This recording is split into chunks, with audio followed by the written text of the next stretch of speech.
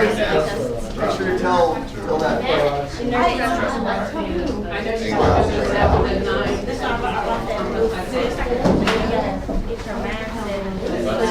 Success. That was a great thing about it. It told me I had Josh to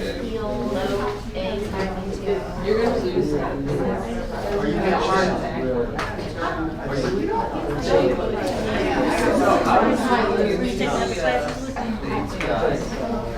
Recording today. Yeah, you haven't talked to her. Come back. You got this many grades. This is how hard the questions were, right? And so the algorithm that's not direct.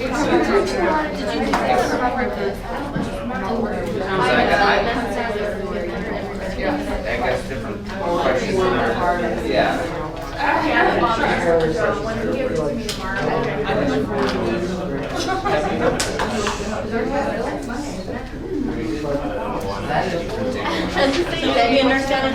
It's really good. You answer questions, and as you answer them correctly, they get harder and harder questions. You start to get them wrong, or start to get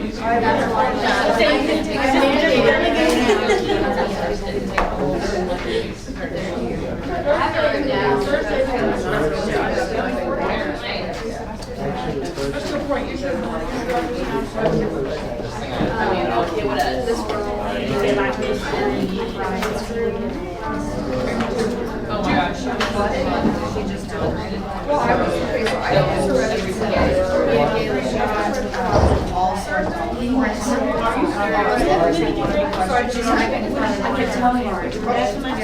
but like that was not your thing. You gotta have what was I doing? I was out with my friend and I totally forgot about it. She was working when Yeah, so like, I would do that. no, that was so like, They're all for like y'all. she passed. I didn't Yeah. I had to see her. She had to take out and change, which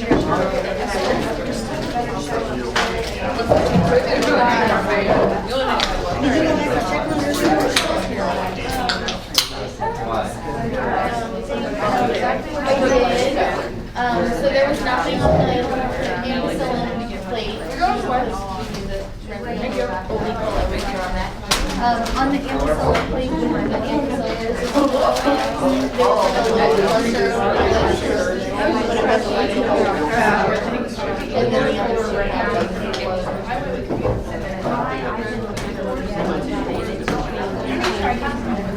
Well, it's supposed to be like that.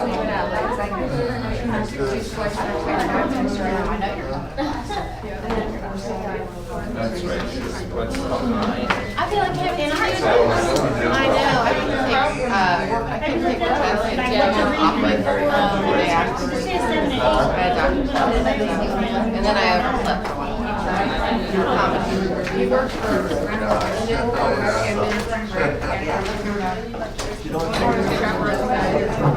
How do you feel about the ethics stuff?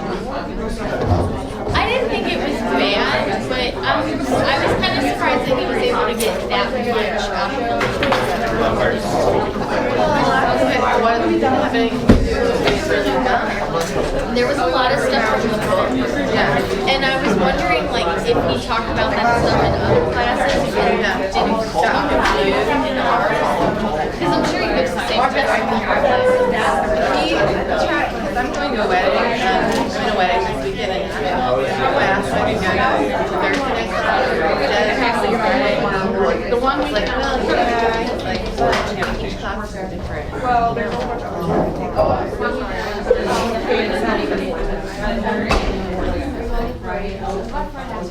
He's very, like,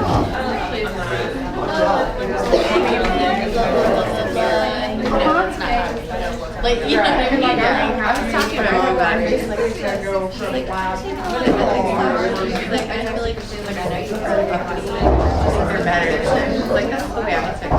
She's like, that's what I don't like. He's just so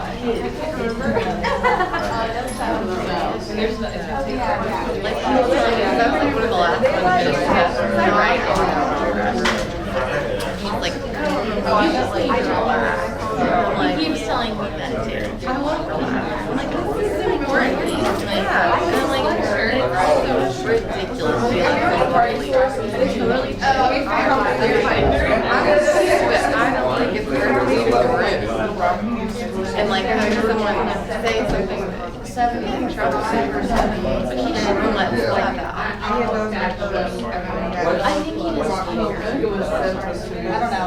Well, like I asked him like a first question, I was like, this from like way back when? I knew what it was, and I ended up changing it to the wrong answer, but I had the right answer, and he was like, I don't know. And when I turned the test, he said, you had it right from the start. I'm like, he just said, yeah, you had it right. So it's like, I'm like, plus, your questions kind of just guided if that's what the answer is, because you're talking about war, and that's totally not theological. Like, even other utilitarian or whatever, like, which is the opposite of just like, well, we'll discuss that at our final discussion.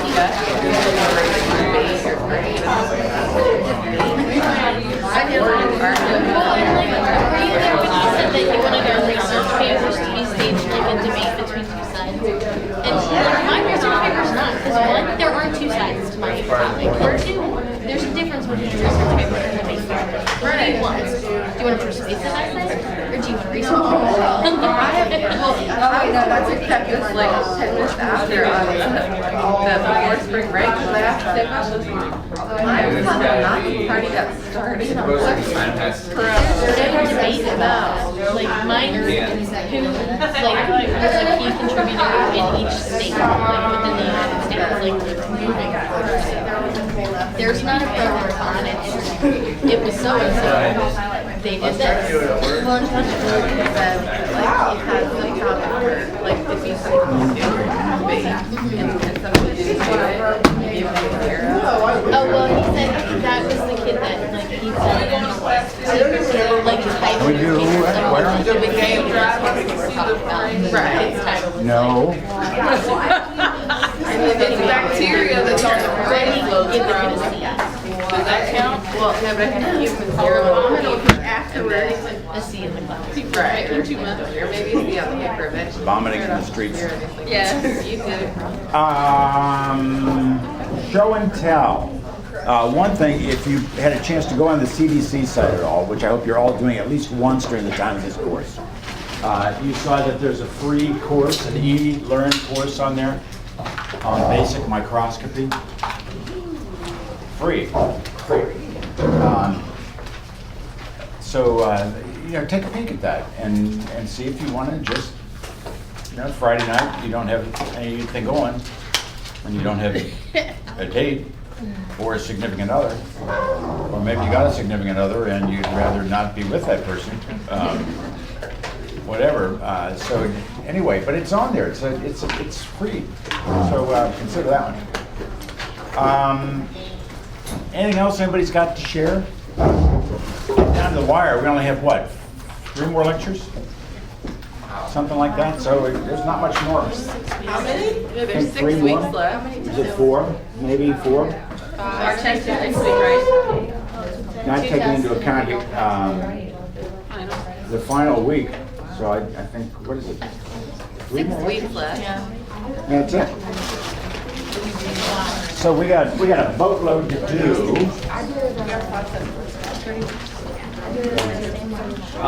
Anybody got anything to share though? Anybody got a particular disease they want to talk about? Go ahead. So on my unit, we have a child who came back who was spewing pustules Yeah. off her chest after she had open heart surgery. Yep. And they found that it was some strange strain of streptococcus that was in there. So they went in and pretty much irrigated it out. But she lives down in West Virginia, and You can't share too much information. no, she just Okay. lives down in West Virginia. They said that there was something strange about the area she lived in, and this strep was something in the air or something. I don't know, but Sometimes there are outbreaks of certain mutant forms, something like that. That could very well be, which kind of ties us into lecture today. Anybody else got anything else? Nobody heard anything? It's been kind of slow in terms of disease stuff. So just keep your eyes on your ears peeled. Okay, let's review real quick what we did last week. Remember that? We did a boatload of stuff. And we talked about nutrition, we talked about basic requirements, and we talked about the fact that every cell needs what? Whether it's a bacterial cell, whether it's your cell, needs a source of energy, needs a source of carbon. And we went through the whole process in terms of how we can utilize that, and how we can get that energy, and what we can do with it, and all kinds of stuff like that. And then we talked about some other factors, though, that affect how we use those nutrients. And then we talked a little bit about things like pH and what? Temperature, osmotic pressures, those kinds of factors, environmental factors that affect all of this as well. Well, what happens then, for instance, when I give you a test tube, whether it's a slant or whether it's a broth, and you've worked with those now several times, and what's going on in that test tube? So originally what I had done was placed a number of cells. I transferred aseptically, I transferred those cells from a stock culture that I knew was exenic. Exenic means what? There's only one. Okay, it's pure culture, yeah, it's without strangers, so it's pure culture. And what happened is that over a period of time, over about 18 to 24 hours, if I kept it at its optimum cardinal temperature, not maximum, but optimum cardinal temperature, is those organisms divided to beat the band.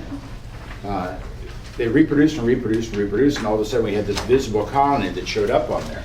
So if we were to take a look and simply graph that out, what that looks like, with numbers of cells on this side increasing, and time down here, and we can do time in hours, minutes, whatever you wanted to do, it doesn't make any difference to me.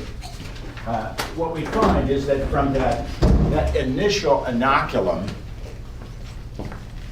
if I put one cell in there, if I put 100,000 cells, that the increase in cell number would be minimal at best for several hours.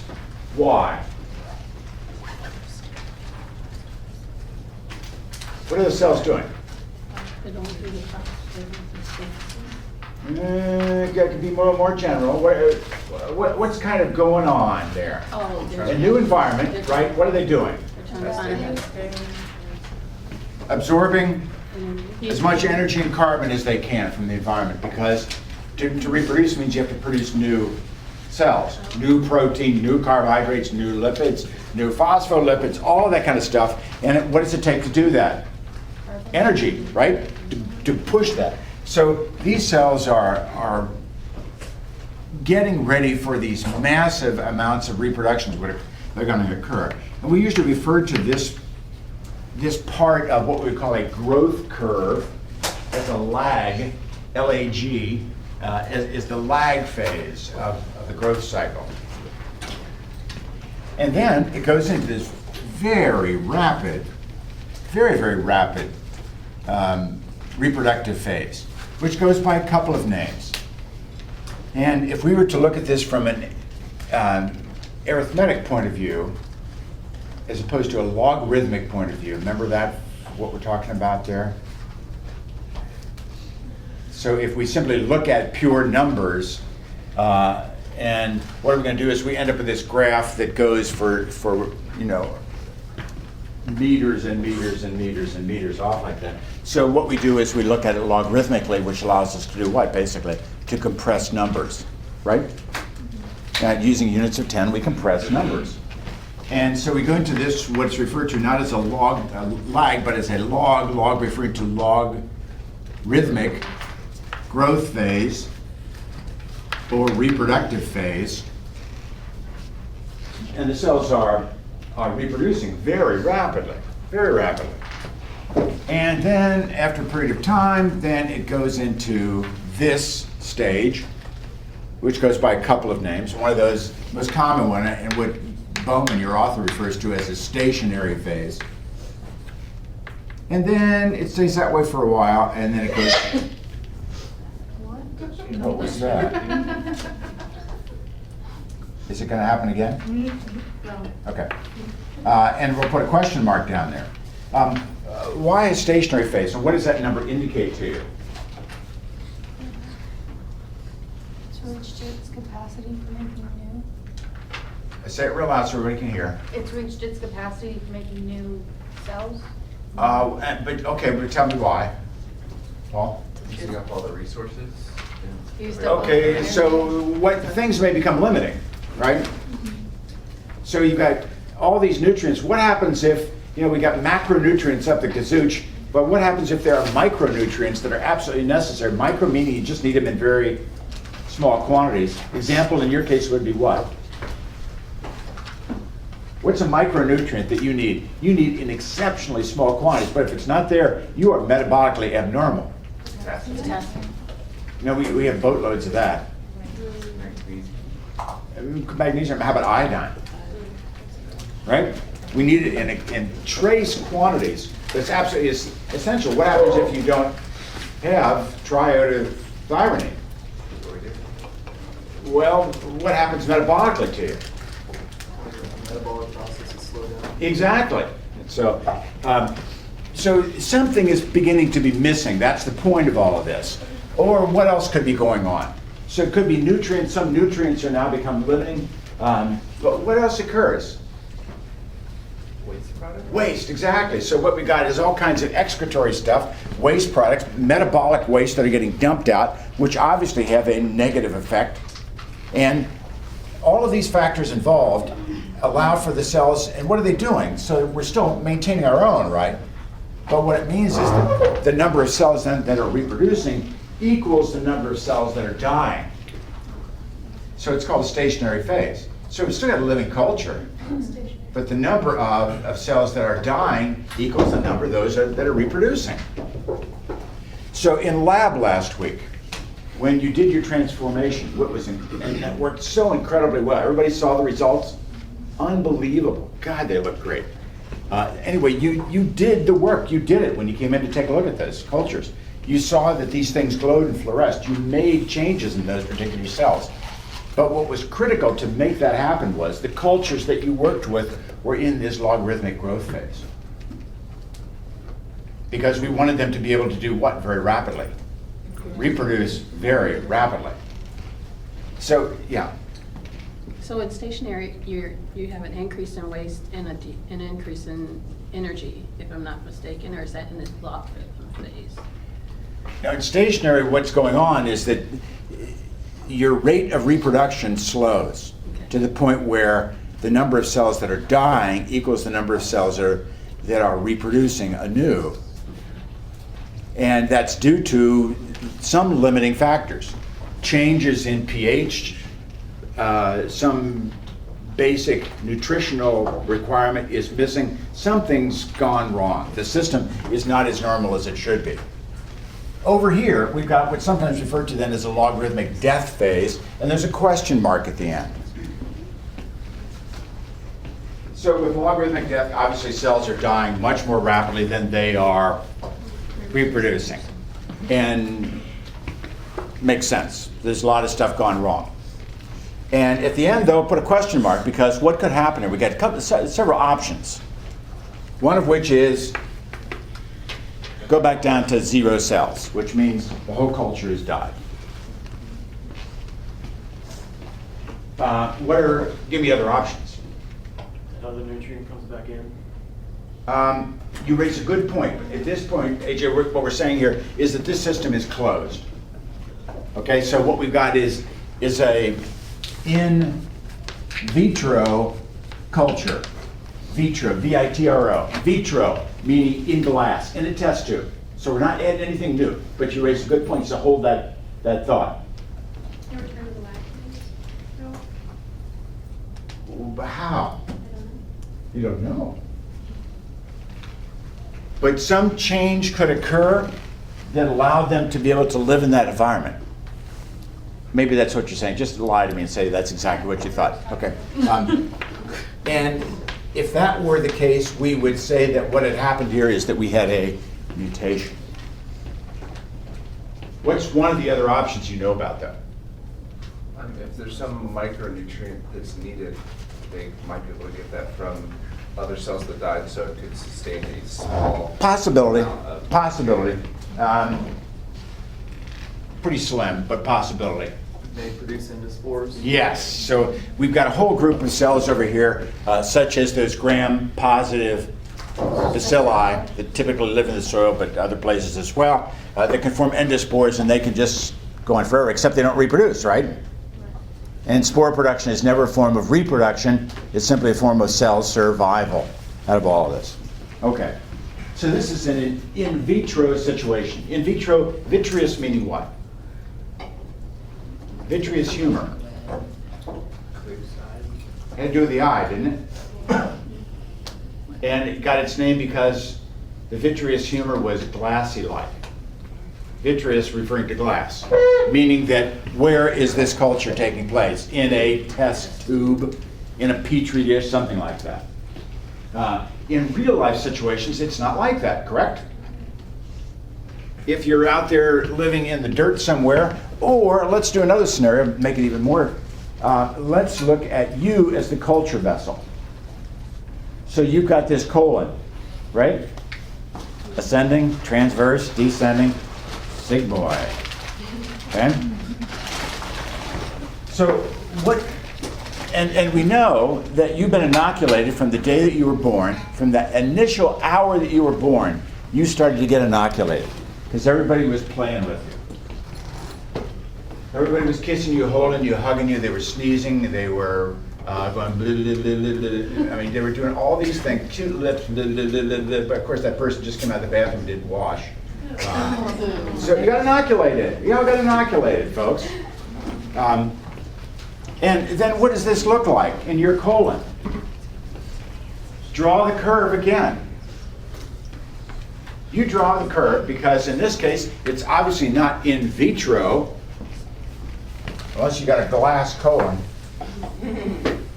It's in vivo. This comes from the Latin. And obviously, to vivar, meaning to live. So it's a living situation, real living situation. So what would this curve look like in your colon for almost your entire life? You would have to look downwards.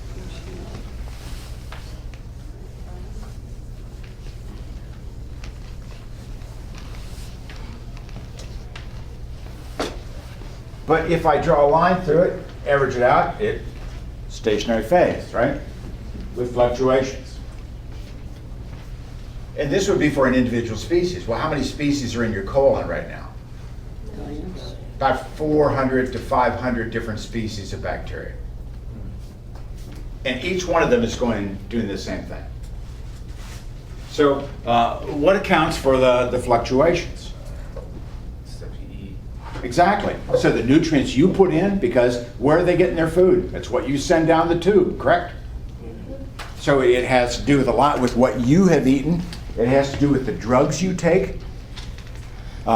So, you know, over here, you took a Z-Pack for whatever reason, and blammo, you know, what happened to that particular organism? Didn't kill it off, but it sent its numbers way down. But notice what happened as soon as that Z-Pack wore off. It over-reproduced, and then finally came back again to form this. So we call this an in vivo situation. And it's an important concept to kind of keep in mind out of all of this that's going on. That this is typically what bacterium do.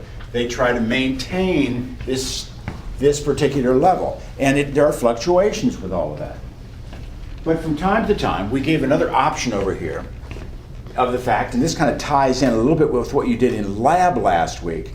What happens is that sometimes changes occur in the organism that allow it to better survive in that particular situation. and we refer to those changes as mutations. And so we hear the word mutation quite often. Right off the bat, we start to think what? Turtles.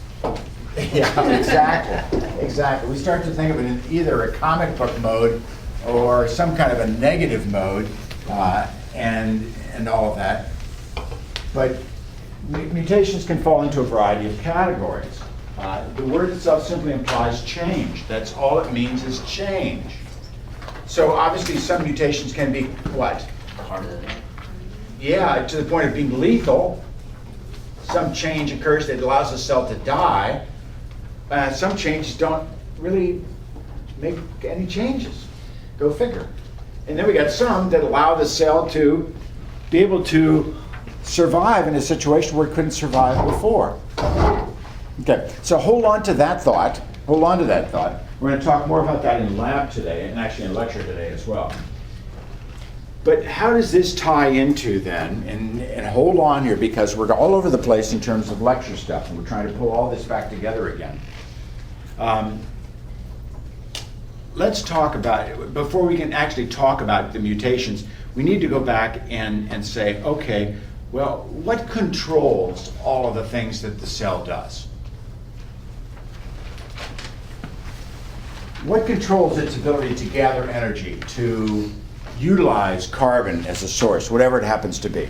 What allows the cell to reproduce and do all of that? And these same applications, by the way, if you're bored shitless listening to this stuff, the same applications apply to you, to your cells. Exact same stuff goes on, okay? So what allows this to happen?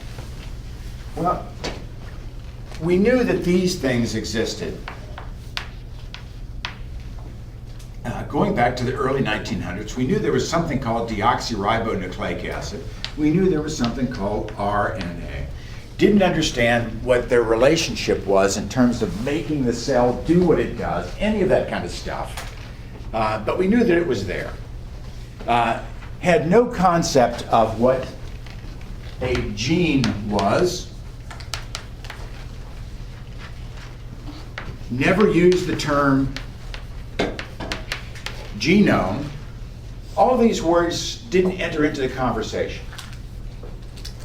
And now they're common words. We use them all the time. Who first suggested that there might be components that when you bred organisms that allowed you to come up with different variations? That goes back to this guy by the name of Mendel that you had to learn about when you took biology in high school. Remember, he was a monk? Mendel crossbred peas. Remember that? And he said there was some factor in those peas that allowed that to happen. What he was really talking about was genes, but he didn't know that those existed. So define the term for me now. When we use the term gene, what does that word mean? You don't get out of here alive until you tell me. You're all going to die? It's, aren't your genes like your signature, your body? I need to be more specific. Different traits. Like your genetic That's makeup. pretty When we say Okay, when we say, okay, you're all just talking in generalities. I need to know what a gene is. DNA. like you said. Okay, so it has something to do with nucleotides. Be more specific then, build on that. We said before that a nucleotide is a sugar, a phosphate, and a nitrogenous base. That's basically what a nucleotide looks like. You know that from AMP1. I don't have to go through that again. And we know that we can vary the bases on there. And we know that if it's a DNA, the sugar is what? Deoxyribonucleic acid. And if it's a deoxyribose. If it's an RNA, it's a ribose. We know that stuff. And if you're going, I have no clue what you're talking about, then you're in the wrong room. Okay? Then you need to go back and relearn this stuff. So what do nucleotides have to do with this gene thing then? They code for certain amino acids and on-off switches. Oh, you're going too far too quickly. What is a gene? A sequence that defines a single trait. Okay, a sequence where? What? Okay, maybe on the DNA. So what we're saying is, and that in a bacterial cell, what do we got? A singular chromosome, single in the form of a ring, maybe with some plasmids. Oh, we know what those are from lab last week. Some plasmids out there. In our cells, what do we have? We have linear chromosomes in pairs, right? So we say that we're diploid, where a bacterial cell is haploid. We know that stuff. So what is a gene? Well, what we're saying is basically is that it is a very given section along a DNA molecule with a given sequence of nucleotides. A given sequence of nucleotides. And what is it then, to take up, John, where you were going with that then? And what is that gene capable of doing? It used to be called the basic dogma of biology. Almost like a theological term. It codes for amino acids. It would code for a specific sequence of amino acids that in turn were put together and gave us a very specific protein. All that coming together, coming back, the memory should be there. So if we define a gene, we say that it is a very given sequence of nucleotides on a strand of DNA whose job it is to hold some kind of code, a blueprint. And typically the blueprint is for a protein, but not always. Not always.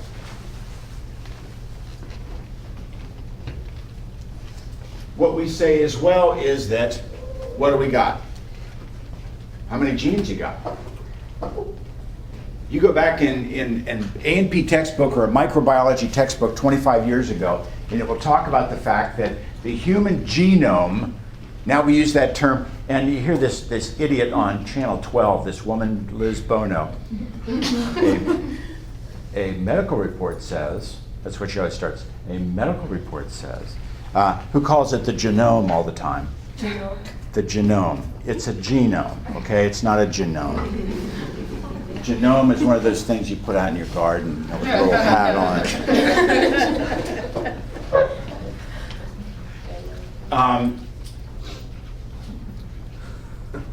I lost my whole train of thought.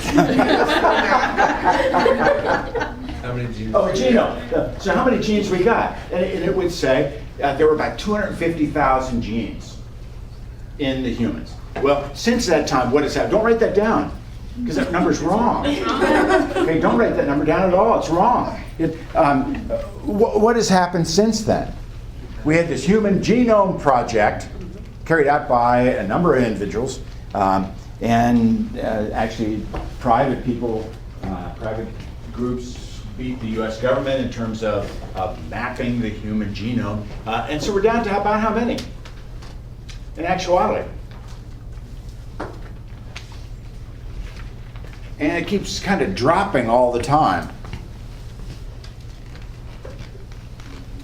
Last word I heard was about, and it's still ballparkish, a little less than 30,000, maybe 28,000.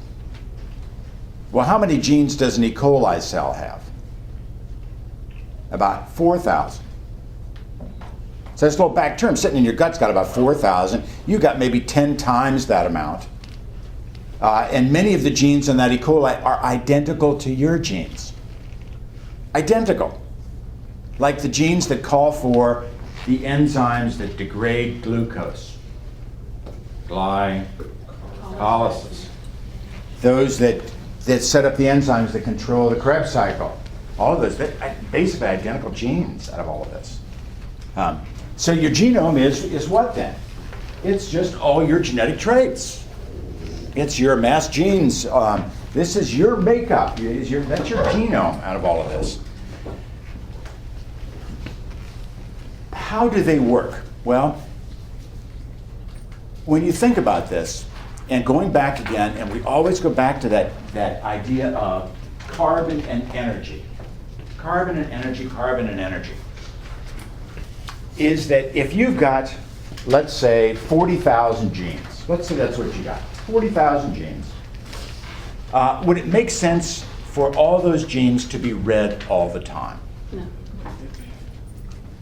No, that's just obvious, right? It doesn't make sense that you would have all those genes read. And one of the other things we know, and I just want to throw this out to you, is where do those genes lie? They don't necessarily, sometimes they lie butted up against one another. Sometimes there are big gaps in between where a gene is. There's still plenty of DNA there. We used to call that junk DNA. Now we realize it's very functional. It's not junk at all anymore. So kind of keep that in the back of your mind. But the question then being, okay, if we don't want to have all our genes being read, we don't need all these proteins, all these enzymes all the time. Some of them we obviously do.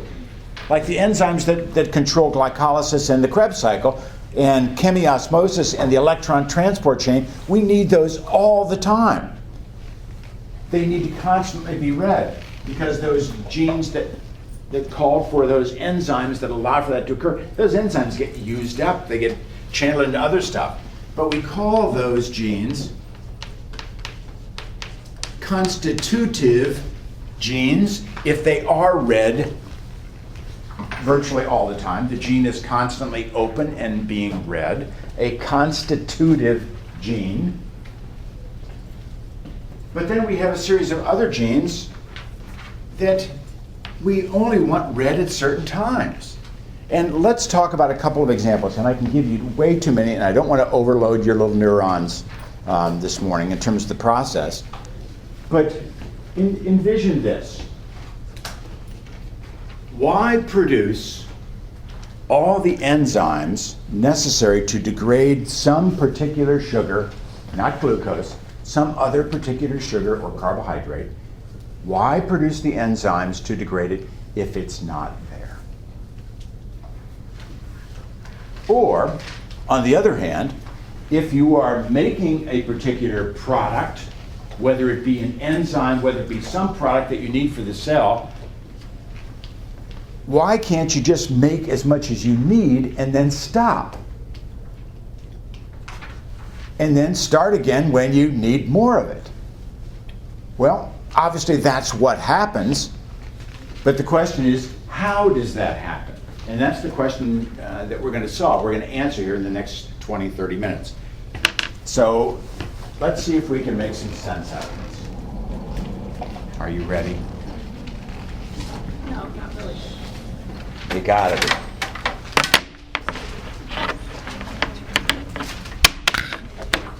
Who, by the way, who discovered the structure of DNA? Okay, that was those.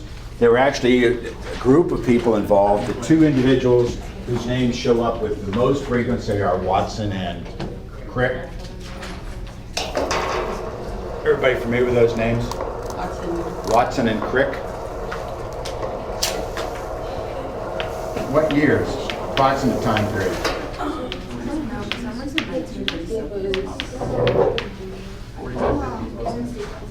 Late 40s,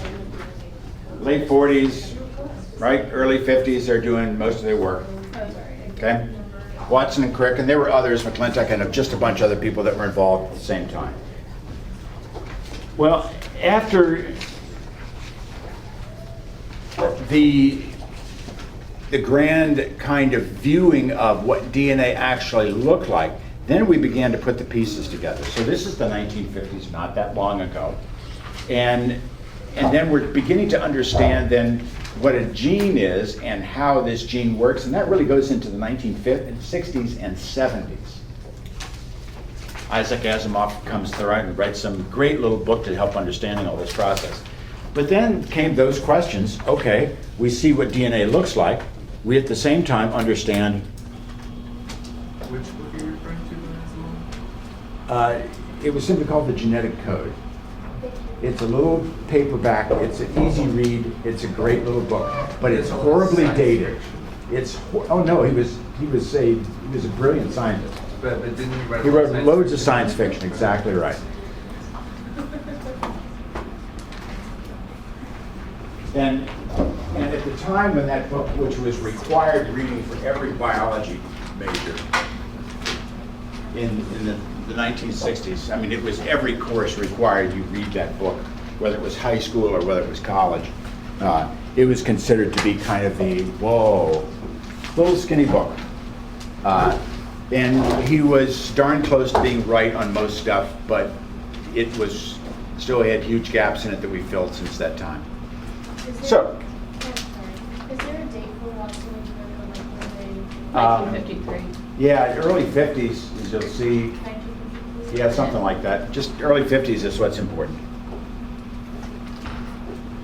So one of the ways of explaining, and this information started to be revealed in the 1970s. Again, that's not long ago, right? This is not long ago. How do we explain how genes can be turned on and off? And that was the quest. How can we explain how genes can be turned on and off? Well, using one example here in this particular case, and we're kind of working with a particular product in this case, which is lactose. And that's what they first worked with because it was easy. I don't know why they chose lactose, but they did. And of course, lactose is just a fancy name for milk sugar. We okay with that? Okay. And what they found was that, what did we try to do with lactose? When you drink a glass of milk, what's the ultimate goal with the lactose? Where do you want it to go? Okay, but in what form? You remember from digestion, A and P2, that what happens?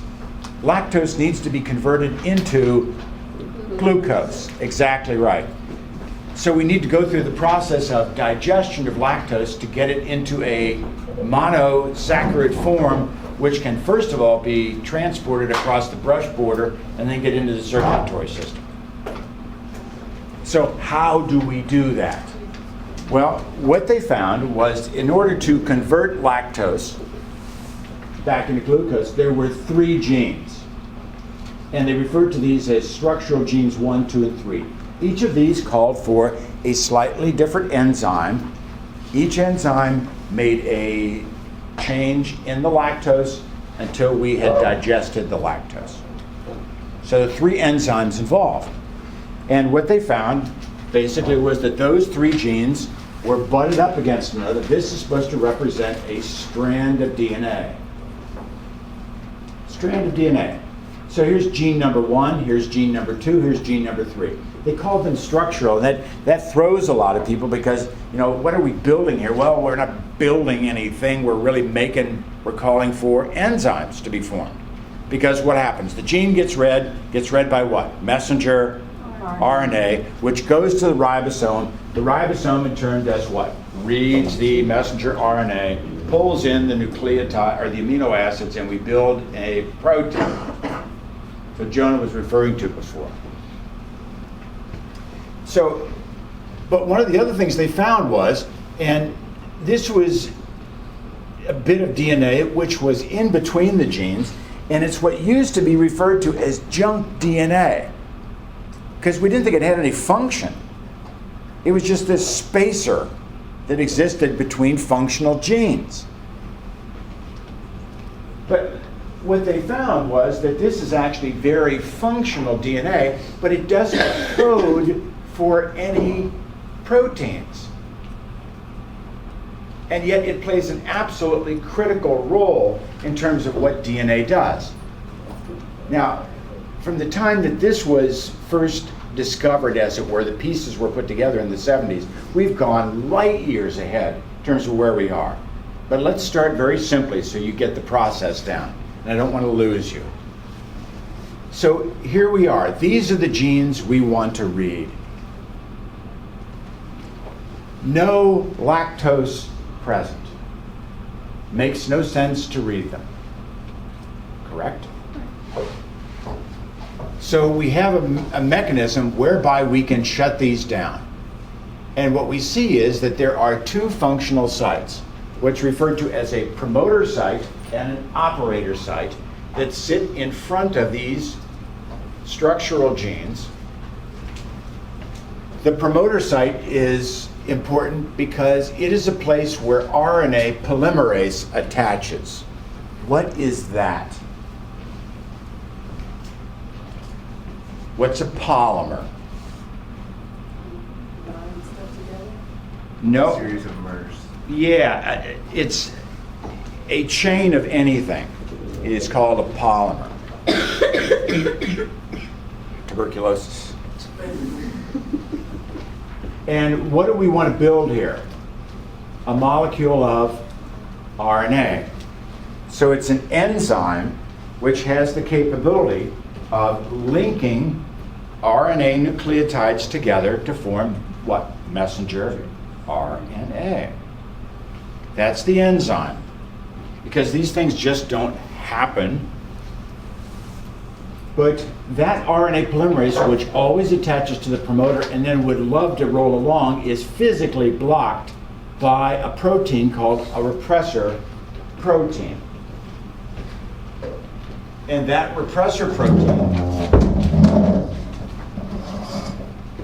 is as it says, is a protein, which in turn, though, was called for by another gene somewhere else on the chromosome called a regulator gene.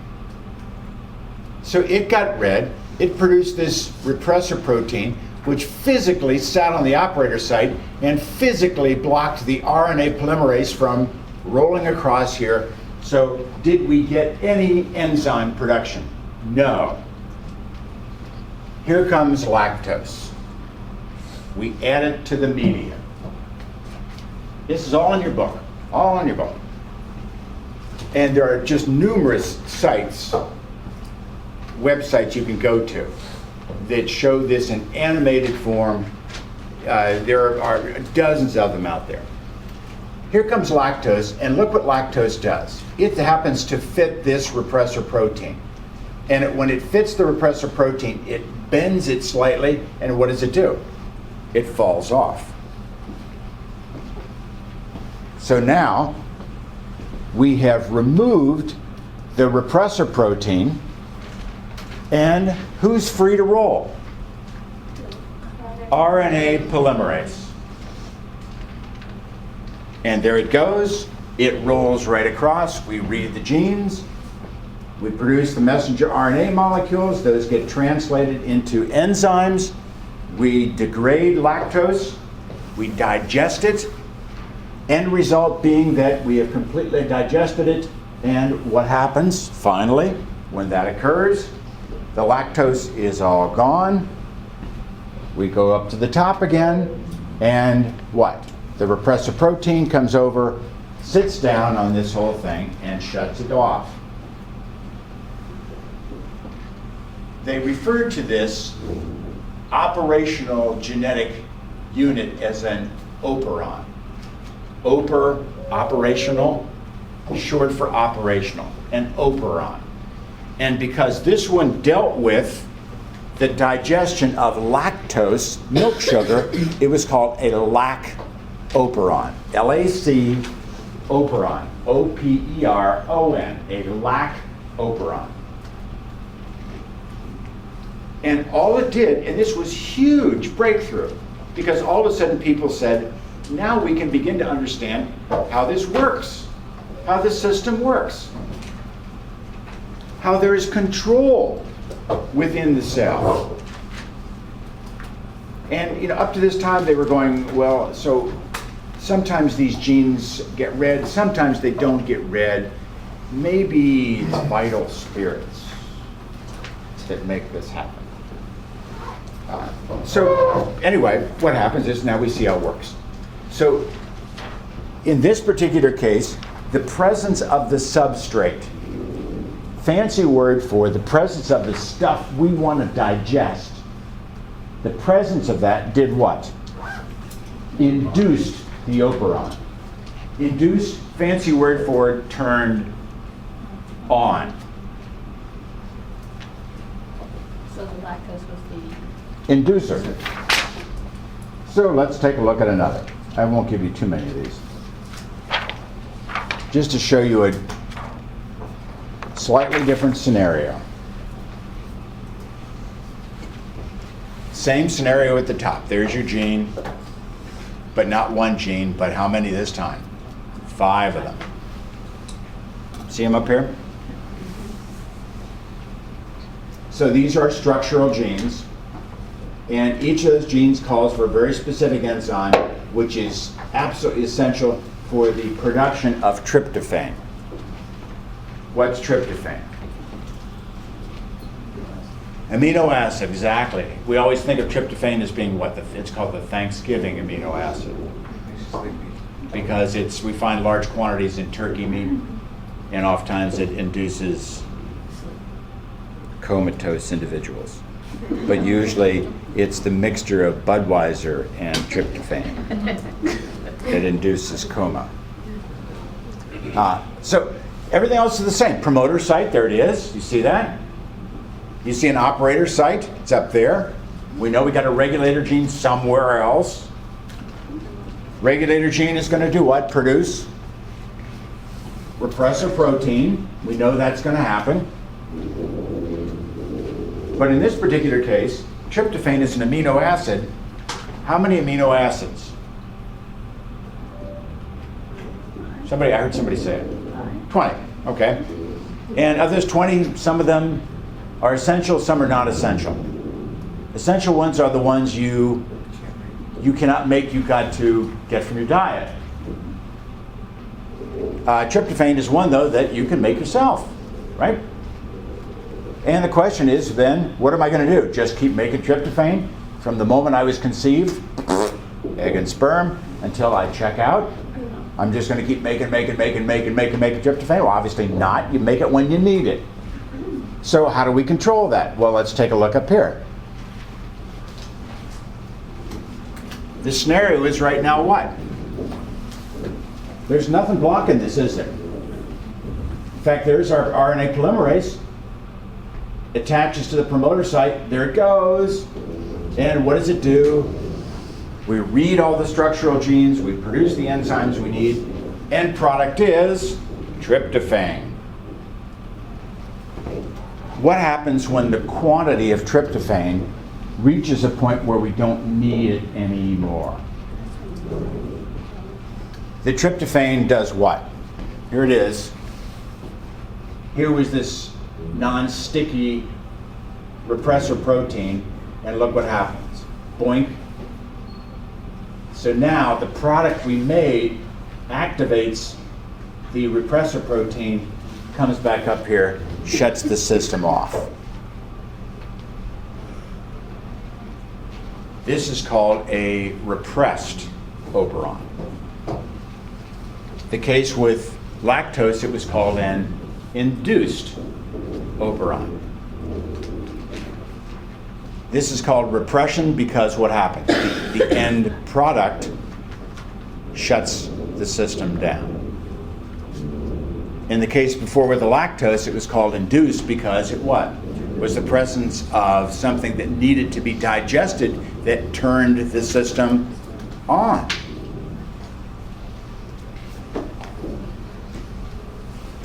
Two examples.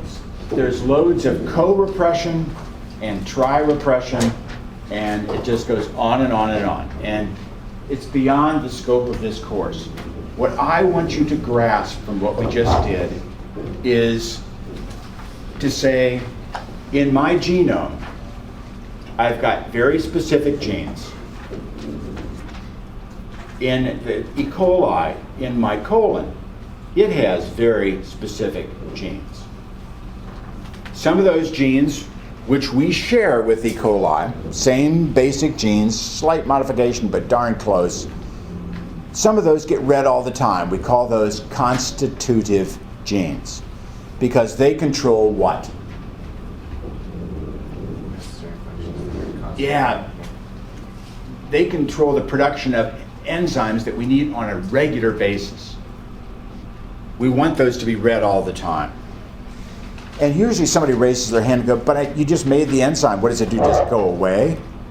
Well, what happens to enzymes? They don't last forever because very quickly what happens is this, because the cell is going to go over here for another enzymatic activity. It's going, and here comes this enzyme along that's been doing its job. It goes, I need those amino acids out of there. So I'm going to digest you to get the amino acids. And all of a sudden that important enzyme is gone, so we've got to make sure we fill its place again. But those are constitutive genes. Those are the ones that get read all the time. But then we have a series of other genes that are only going to be read when we need them to be read. And by reading again, we're implying what? That they are going to be read. The end result is the production of messenger RNA, which goes to a ribosome, which allows for a protein to be synthesized. That protein typically is an enzyme, not always, but typically is an enzyme. And in the case of lactose, what did we do? We said, let's not make these enzymes until the lactose shows up. Lactose showed up, it turned on the set of genes. The operon was turned on and induced operon. We call that a lac operon. LAC simply is an abbreviation for lactose. And then I gave you an example of just the opposite, a repressed operon. And what we're saying in this case is we need to make some stuff that we can't get nutritionally. We can't get it, we can't find it, we're going to have to make it ourselves. And in terms of doing that, we don't want to overdo it. We want to make just as much as we need because we don't want to waste energy or carbon. The example was the production of tryptophan. End result being that when tryptophan levels got up to a certain concentration, we got enough, they function as what? A co-repressor, and they shut the stinking system down again. Are you okay? Let's break. Oh, questions. Go ahead. Ask now. Is that what I mean? So you have the constitutive genes which are read all the time, and the ones that aren't read all the time, what are the other ones? Do they have other names? What are you just... Yeah, the ones that aren't read all the time, what are they called? I don't know. It's not like a category. Yeah, there are a variety of names, but they are induced or repressed genes. Yeah. But the group itself is called an operon. Exactly right. Yeah. So I just want to make sure, so when you need them, you're inducing the operon, the lactase process. And when that process is over, then it's repressing. No, don't mix induced and repressed at the same time. No, when you're wanting that gene to be read, you're starting the induced process? Were you picking that like The presence of what you want to digest becomes the inducer. Yeah, the inducer. And then when you don't need it anymore, then that's when you have the repression where it starts the cycle back over. And then there's that stopper. No, now you got me confused. Okay, that's all right. No. Let's talk real quickly here. Okay. In an induced operon, the presence of something you want to digest has to be there. Right, Something you want to work on. right. That operon has not been opened so far because there has been a repressor protein sitting on the operator site, which is limiting the rolling across of that RNA polymerase. Right. The presence of the lactose in this particular case attaches to the repressor protein, bends it out of shape, and it falls off, which then allows the RNA polymerase to go ahead and read. Right.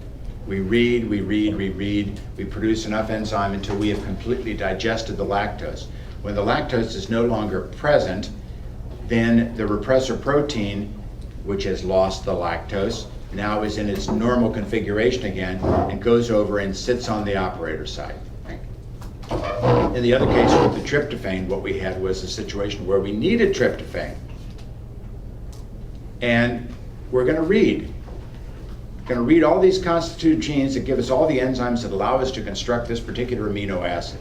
When the concentration of the amino acid builds up so high, there was this repressor protein over here who wanted to shut the system down but couldn't because he didn't fit. But now the product you made comes over to the repressor protein, bends it so that it does fit, and now it comes over, sits on the promoter site, shuts it down. Right. So it has, what we're saying is that in that case, the product you made represses the operon. So that's an example of a repressed operon. The lac operon is an example of an induced operon. So the product you made represses the It affects the repressor. Yeah. Okay, get up and get out of here. Walk around.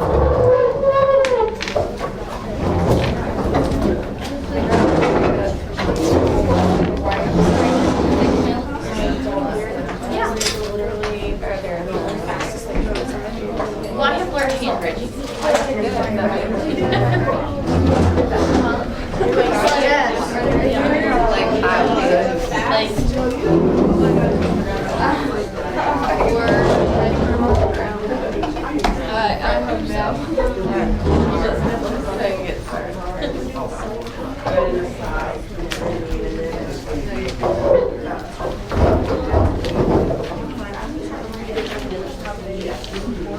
I'm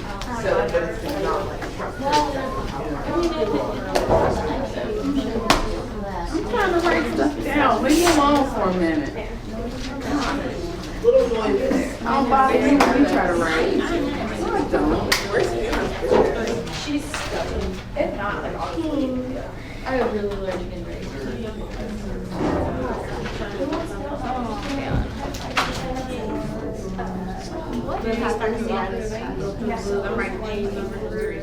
Are we doing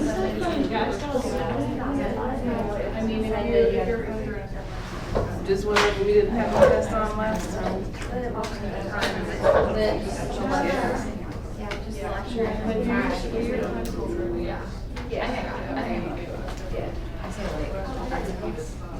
One of those lights went off right in my head almost.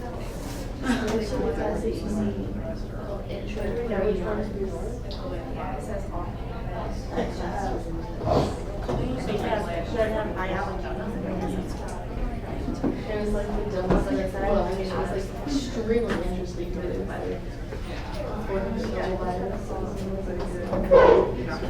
I just like half of the stuff I don't even remember. Which one do you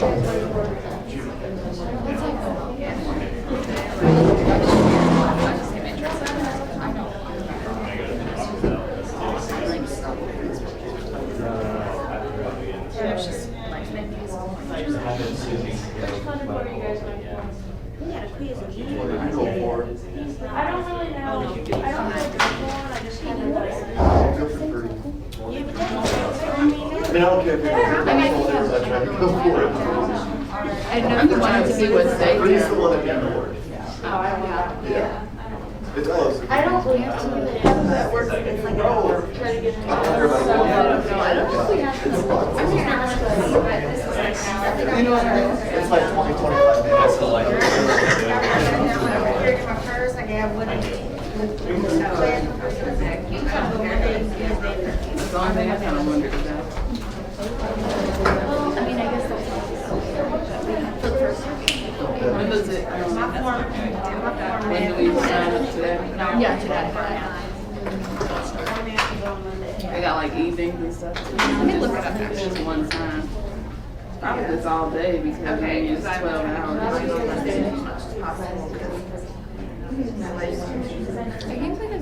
Okay, all right, yeah, Friday. I know. I have class usual day, 11:30. I know that lecture is Monday and Thursday, and then, yeah, I guess it would be lab or something. If I don't make The it. quiz was like an hour, and I was like, We were supposed to this semester, but somebody already No know. problem. In two. Somebody was trying to call, that other girl. Oh. Yeah, that was what day? Thursday? Oh, this Thursday? No, No, wait, it wasn't just that. It was like I did stupid those. I stupid things. I like non-breakfast foods, but I just. Yeah. It's growing on me, like,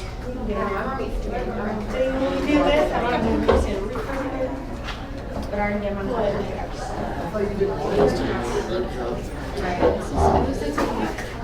Well, did you make sure that wasn't that? Is that the okay. And I'm just, I don't know. Like I was like, I be feeling like I was on. Really, it was actually a 100 day. I do like it. They're all like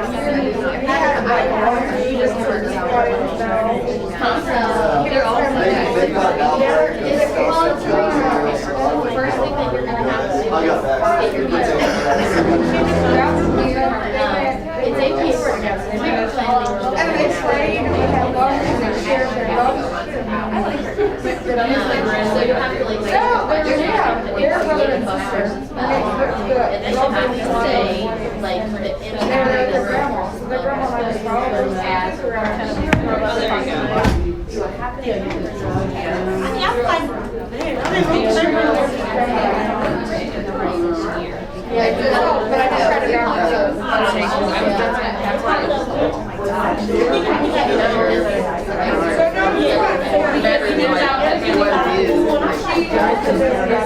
Well, I want to be North Carolina. Yeah, I just never saw it, so I never,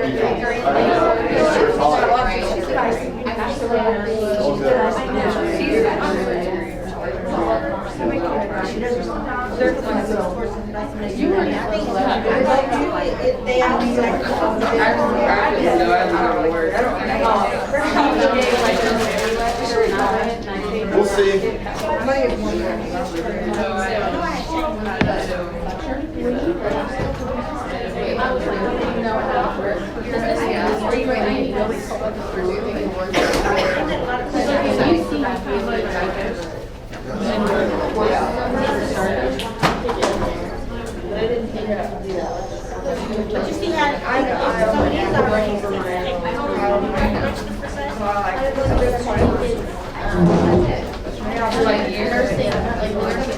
Like, I made that one work on Saturday.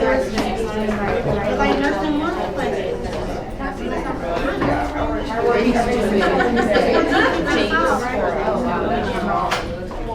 okay, when she took a 3 hour nap. She took a 3 hour nap and we were that was fine. And then, I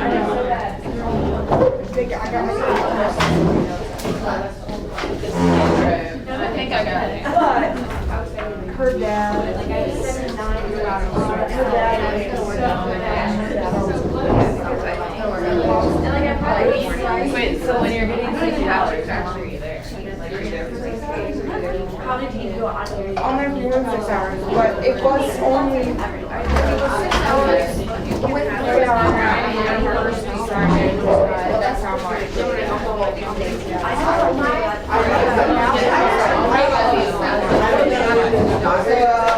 And like, it's just kind of, it's rare. I know one person.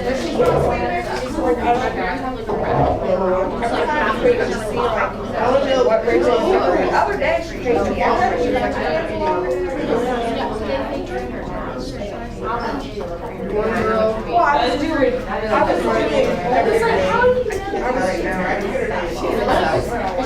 well, when you're working hard,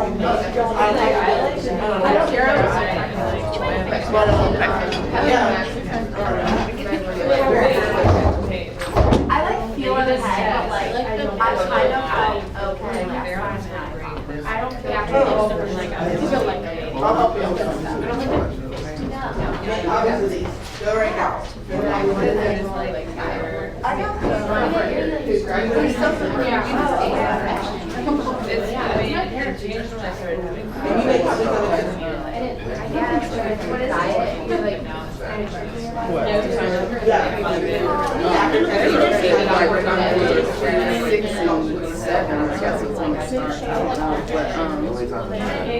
I mean, we got 12 hours.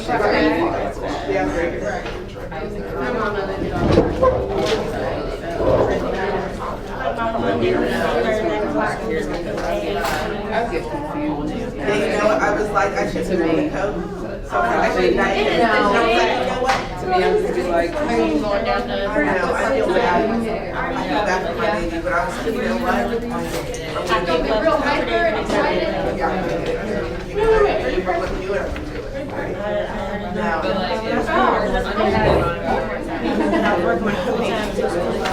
My whole shit, my baby was 2 days.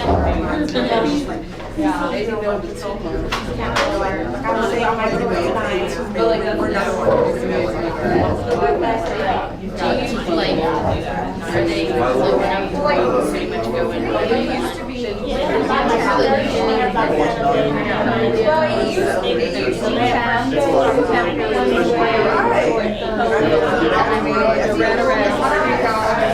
All you gotta is do something like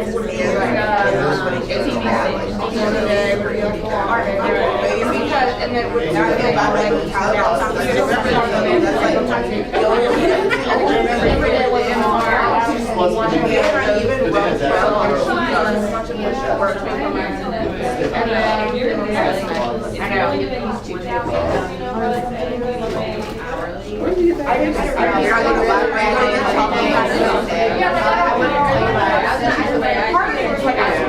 But then I was 8 on Sunday, I was like, hey, that's the I was, it was really not good. I think it was 5 plus half. no right No, and it was so, I don't know, I was like, I needed a lot It's okay, just wear something red. Leanne, are you going to the game?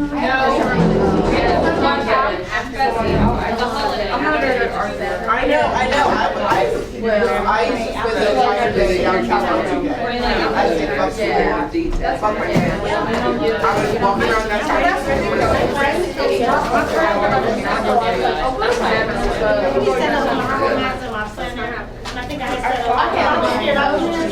I think we come up.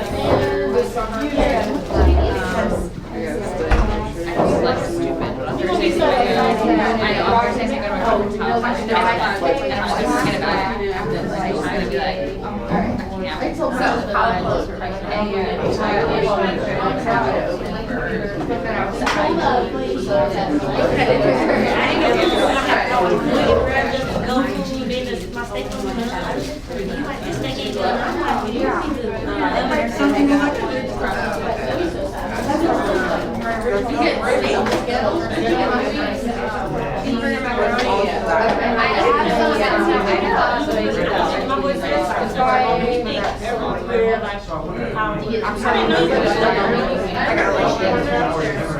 We do it all the time at work for us.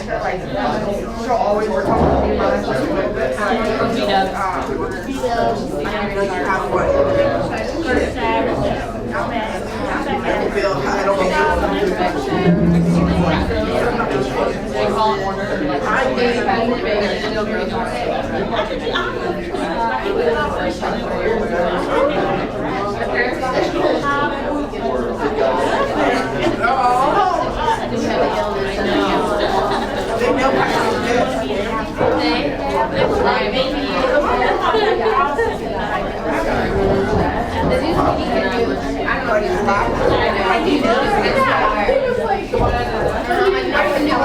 And then he like checked your schedule for me. It was mom.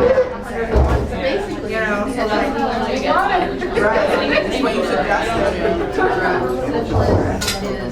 That's what you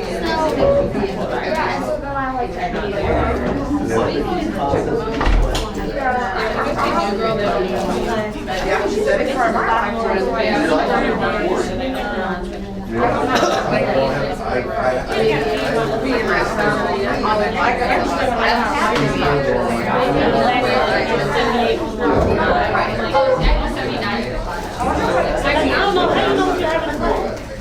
She works at New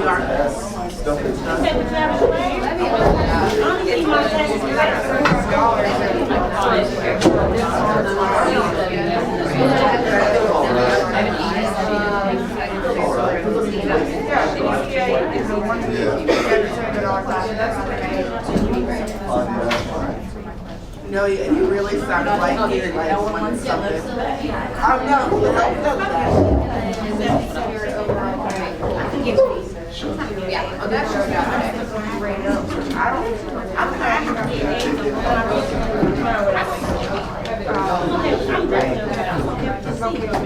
See you like all. But I know I can give you we have a live of one of the radio we can put it over. And so I went to a lot, like I graduated, like people go to libraries and still graduate. So I know a lot of people. I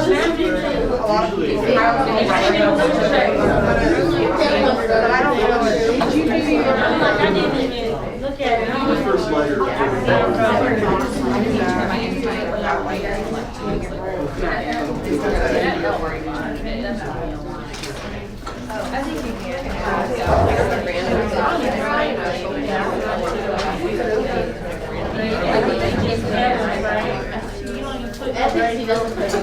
That's totally.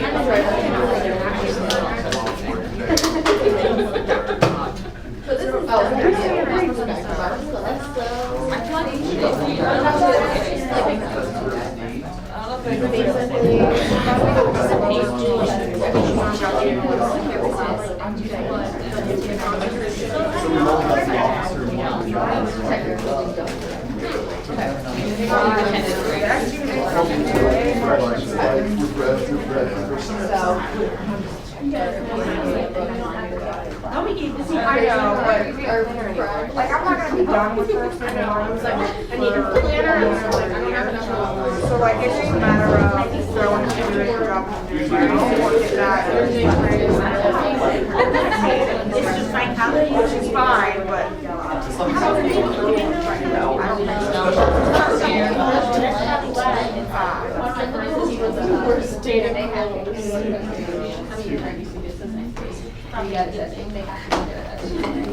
Hello, recorder. Hello, it's Christina.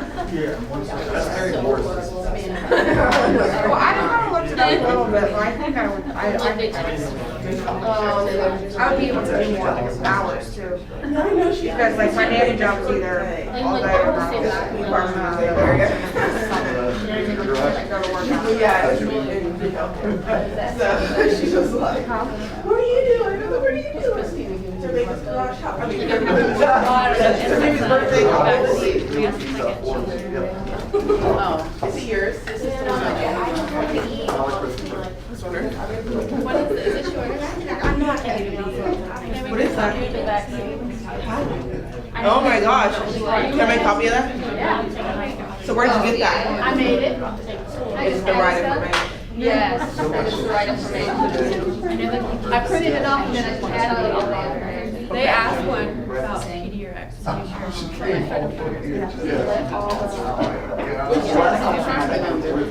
It's under their lecture notes. And wait a minute, here's this one. Isla gave me this, and she said that this has Lila Bates. Oh, I love that. She gave me this about left side and right side. Oh, I already know.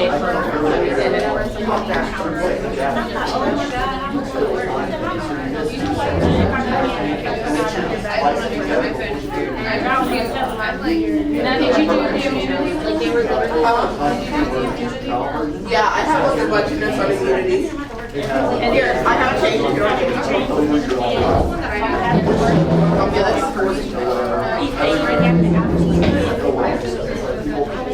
yeah, This one? I'll make you a copy. Hey, can you make me a copy of your yeah. Here, how much do you need? It's okay. I have a lot of stuff. Okay, thank you. Oh, I know.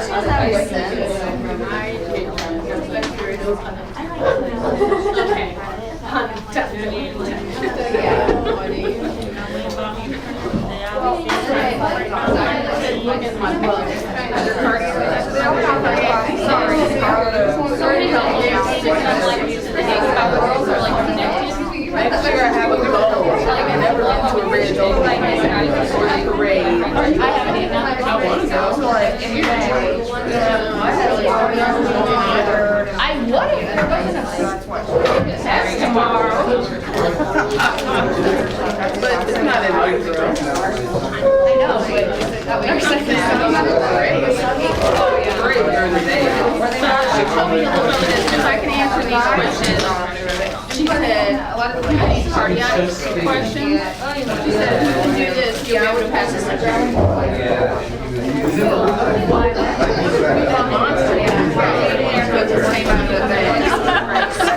Oh my God, that thing is in here all day. I just saw you. Yeah. Like the bird.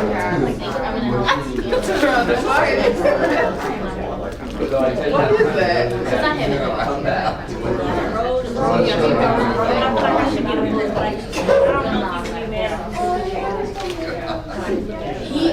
I saw it crawl every day.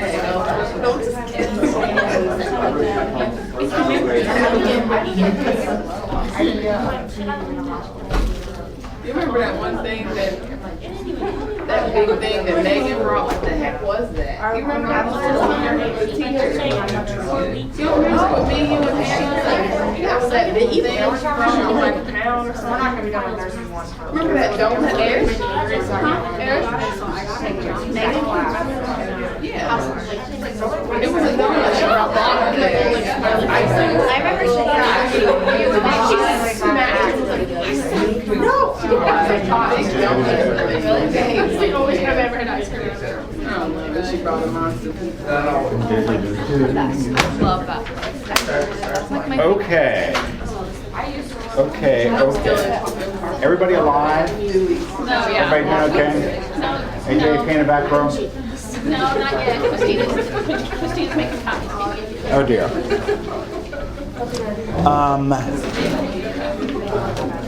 Anyway, where we want to go with this, is to spend a little bit of time talking about change. I don't want to spend a whole lot more time going into the nitty-gritty of DNA and genetics and all that kind of stuff. We got the basics down. The big thing that I want you to consider at this point and to remember is, and let's just kind of go back to that, what's the difference between haploid and diploid? Steve, are you haploid or diploid? I'm very haploid, yes. He's got haploid cells in his body. He does. And he's got happy haploids, right?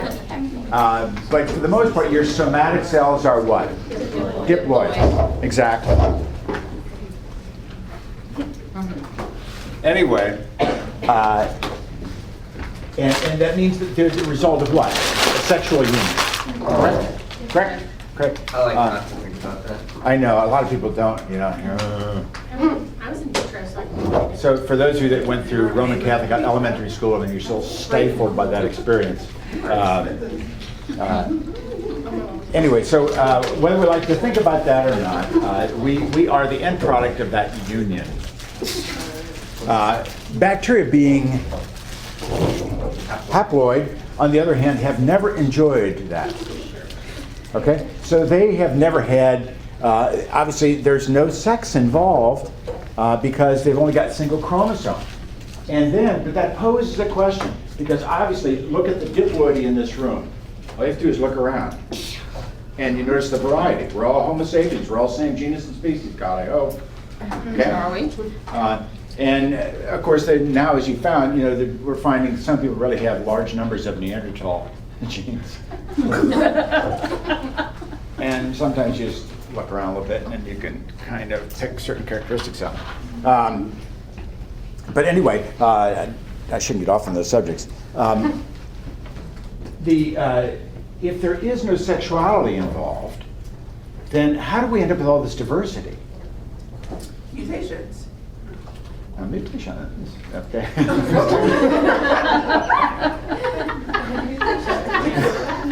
That's the way it came out. That's the way I heard it. And you're exactly right. You're exactly right. There are mutations involved. But keeping in mind again that mutation simply implies what? Change. That's all it means. It simply means change.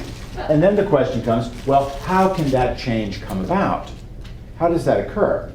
And I'm going to show you just not the entire clip, but I'm going to show you part of a video which is well dated by now, but because there's so much yak out there about MRSA, and in terms of what that is, this deals with when that first began to occur and how, what was going on. And so I want to show you from a historical point of view. I'm just going to show you probably 20 minutes to half an hour of that a little bit later on.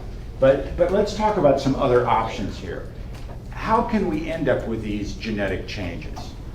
How can those mutations occur? Well, one of the things we talked about in lab last week, we talked about what a particular fellow did, and remember his name? He gave me $1. I already gave you $1.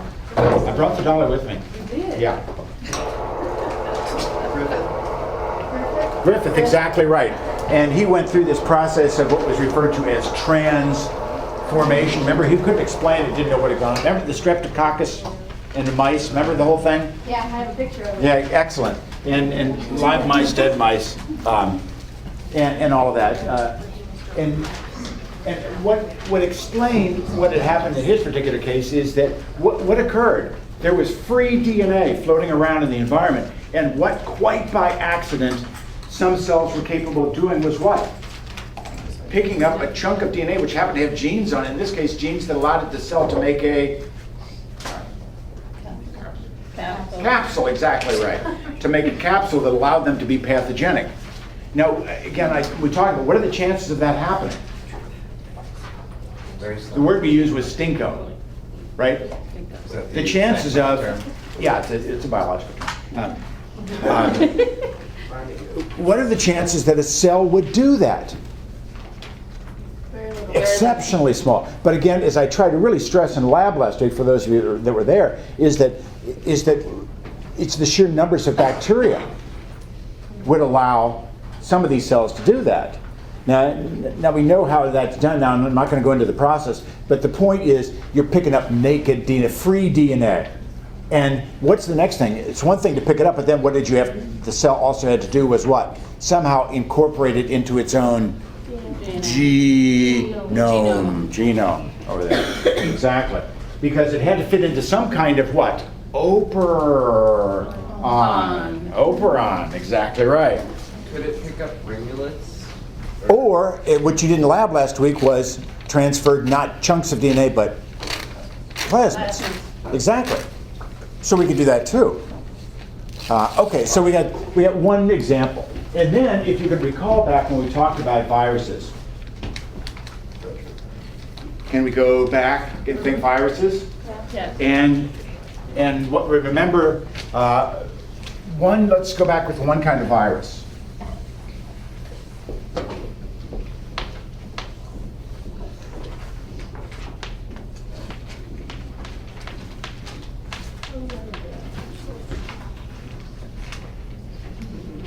Remember that goofy little virus that attacked bacteria? It was called a bacteriophage. That's good. We said that together. That was kind of nice.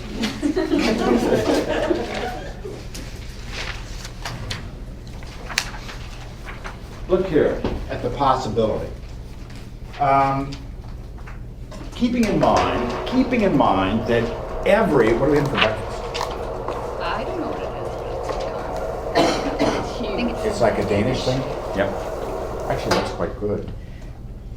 And we know the nuts are good for it. Anybody hear the news this morning, by the way? It says nothing to do with microbiology. But talking about fats on NPR this morning, that the relationship between saturated fats, for all those years we said was, saturated fats are what? Oh my gosh, you're going to die from heart attack and all kinds of other problems with saturated fats. But now that the literature doesn't support this close relationship between increased stroke and cardiac problems and increased lipids, or in the case of decreased lipid intake, we'd hope to see what go down? Stroke and heart attacks, and it didn't go down. I think it was stressing that instead of having fat intake, we've increased our carbohydrate intake. Exactly right. And it was suggesting that we have a balanced diet with more vegetable fats like olive oil Exactly. and nuts. It wasn't the fact that fats, it's that we went overboard with the carbohydrates. But for what did we learn in here about those carbohydrates? Remember, if there's one thing you learned from that lecture last week was carbohydrates are very easily converted into Glucose. No, fats. Yes, exactly right. Because when you overload the glucose system, if it doesn't put you into diabetic mode, it goes to your butt, right? Okay.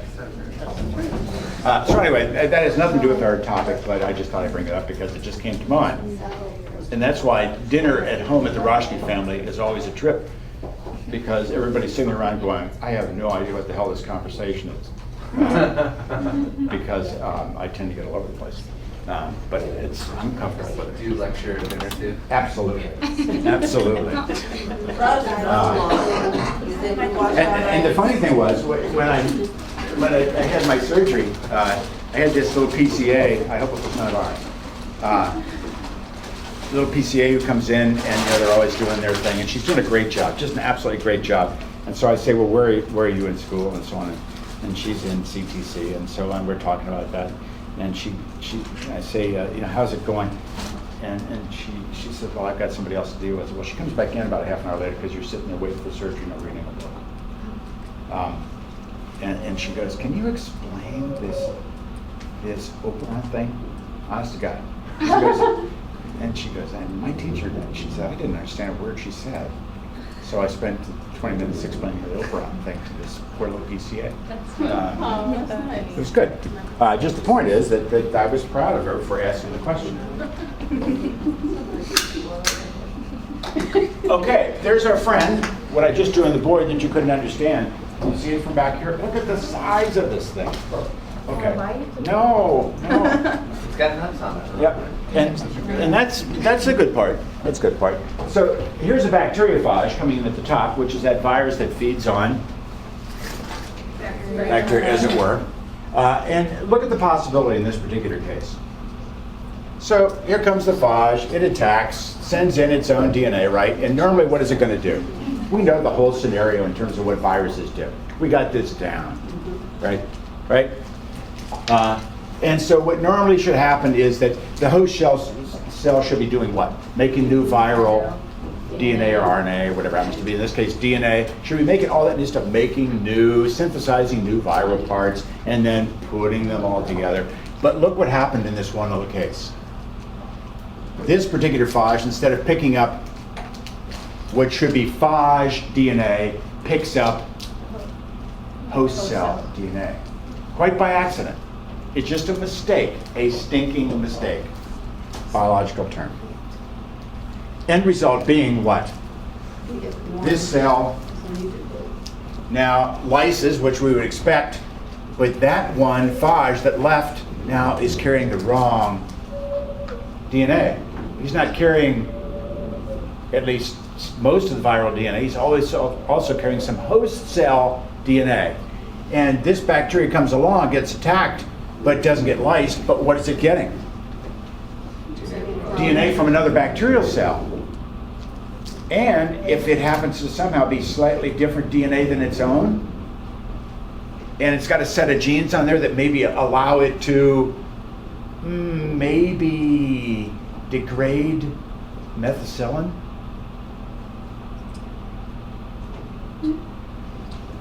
This bacterial cell now is changed. It's been mutated, it's picked up new DNA, hasn't been killed, right? Right. Okay? So we got scenario number 2. The third scenario you should or should not remember. Way back in the lecture, maybe lecture number 3, when we were talking about cell structure, we talked about something called a plasmid, or excuse me, not a plasmid, but a pilus. Coming back, we talked about a pilus. We said that a pilus generally appears to be a rigid rod-like structure that some bacteria produce, and typically gram-negative rods, specifically, but others as well. But pretty typical, like E. coli produces these all over the place. To help it stick to its host? Yeah, mostly it was for adherence or to keep phagocytes from coming around, because it's, it's like eating a sea urchin, right? So you can't eat them. So it keeps phagocytes away out of all of this. But we also said that in some cases it's used as a sex pilus. And then your hand should go up immediately and go, you said bacteria don't do the sex thing. Right. Well, they call it a sex pilus, and a bad term, but that's what it's called. How you doing? I'm great, how are you? Are you awake? Yeah. Okay. Not the most exciting lecture, is it? I'm staying awake better this week. Okay. So last week was really a stinker, huh? Yeah, okay. But in this particular case, it can also be used as a means of transfer of genetic material from one host to, it's not sharing, so it's not sex, because one cell is simply donating to another. You know, sex means I'm giving you something, you're giving me something, although most sex today is what? You know how it goes. How does it go? It's all me. Okay. So we got the possibility in this particular case of what going on. Some genetic information, and it's showing you different scenarios. All I want you to know is that in one cell is going to be a recipient and one cell is going to be a donor. And this cell is going to copy whatever, it could be a plasmid, could be part of its own DNA, whatever it happens to be, it's going to take some DNA and share it with this cell. And that cell in turn now is changed genetically. So what we've seen are 3 scenarios. The first one with Griffith is called transformation. The second one that we just saw with the bacteriophage is called transduction.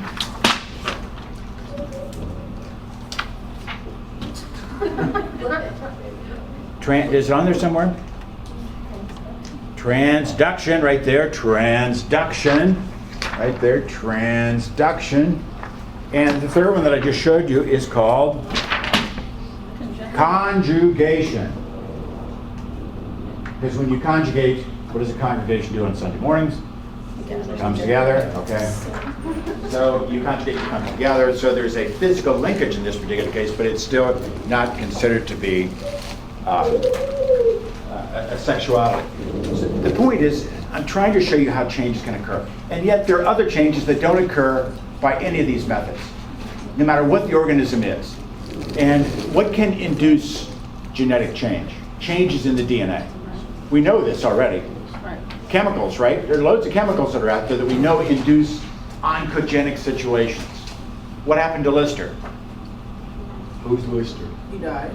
Okay, he died from poisoning from phenol. And we know that it was a toxin, and it caused irreversible genetic damage to hepatocytes, and it killed them. And we know there are all kinds of oncogenic chemicals out there, right? We hear about them all the time. You know, they find a new chemical that killed 84,000 lab rats in Minnesota, and so we're going to limit that from the environment, so and so and so and so. And yeah, what other kinds of things? Obviously, radiation. Hot dogs. Yeah, hot dogs always. It just goes. I mean, you can go on and on and on. There are all kinds of potentially genetic changing chemicals, and radiation goes with that. So, ultraviolet radiation. We know that it causes, what is it called? It's called thymine dimers. Thymine, adenine, guanine, cytosine, thymine, and ultraviolet radiation. So I know it's in my DNA. Ultraviolet radiation comes from the sun. You can't avoid it. You're getting bombarded by it as we speak in here, as you speak, as I speak, and you sit there trying to stay awake. So you're getting bombarded by it. Well, why aren't we just this genetic, mess by the time you leave here? You've mutated to the point, from in the 2.5 hours that you're here, that you go, it's the living dead walking out of the room. Why doesn't that happen? Well, we know that you're getting mutated because ultraviolet radiation causes thymine, which should normally be going across the DNA to, thymine goes to adenine, but instead of linking across, it links this way. That's why it's called a dimer, two. Called a thymine dimer. And obviously, if the DNA, the dimer is linking, dimer, is there an A in there? I think so. Anyway, so what happens then when you try to copy the DNA? It's not going to copy that, right? So you got a problem there. Now, well, the question is, you're getting bombarded by ultraviolet radiation all the time. You go to your car, you're getting hit.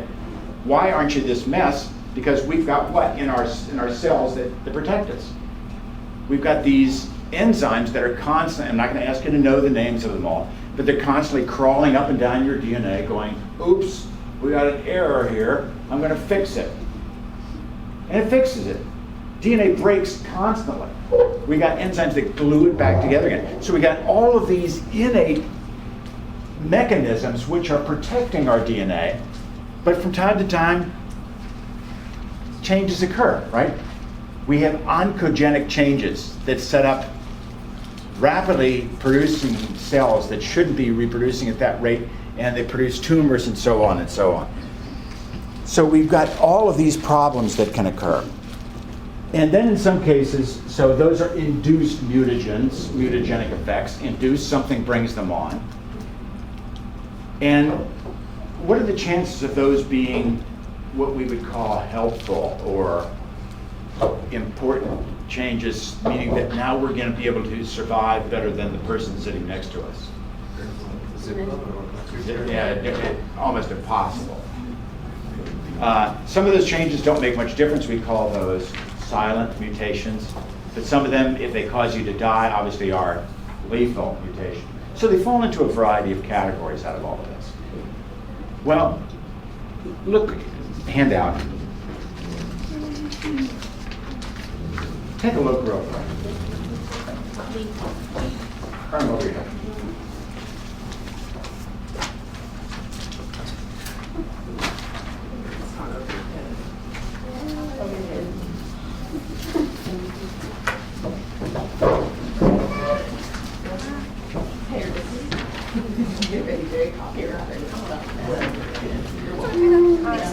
Everybody got a copy of that in?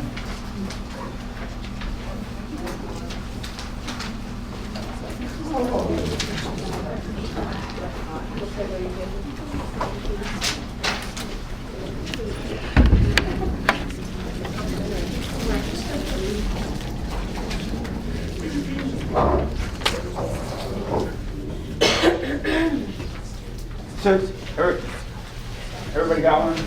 We're in great shape. So let's just take a look at a few of these. And again, these apply to bacterial cells, but they also just as easily apply to you. So what you see in the upper left-hand corner under normal, that makes a big assumption, doesn't it? That we're all normal. Who's normal? Anyway, they're saying with a normal stretch of DNA. So there you got it. You see two sides. See on the top one, CTAG. It's with me?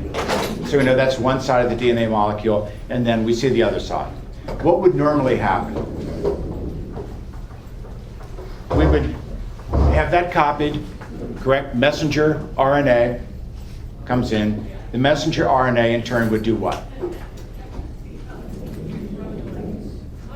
Gets read in threes, and it pulls in a transfer RNA molecule which is carrying a specific amino acid. So that those, like you see on there, those threes, remember those are called, what are those threes called? Codons? Remember that stuff? So that codon calls for that specific amino acid. So CUA, those three nucleotides on the messenger RNA, which we call a codon, CUA calls for leucine, the next three, etc. And so what we've got there are 5 different amino acids in a row. Everybody understand that? Stop me if you don't. It's really important. Okay, so that's the normal situation. Now, under B, we have what's called a missense mutation. And in this particular case, what we've got is what's referred to as a substitution, a base substitution. And what did I just tell you? The DNA oftentimes breaks. It always breaks, and it's got to be glued back together again. We got enzymes that do that. But in this particular case, look at normal, now look at the new one, and what has happened? We've taken CG, which you see under the normal, that pair, we slipped that out and we did what? Slipped in AT. What does it do? Take a look. What changes? The amino acid sequence. You with me? So now we've got a different amino acid that we pulled in. Are we still making a protein? Yes. Could this be a better protein than the other one? A better enzyme? Yes. Does it maybe make no difference? Possibly. Could it be a lethal or a detrimental one? Possibly. What's the scenario with sickle cell? Hemoglobin, two forms, alpha, beta hemoglobin.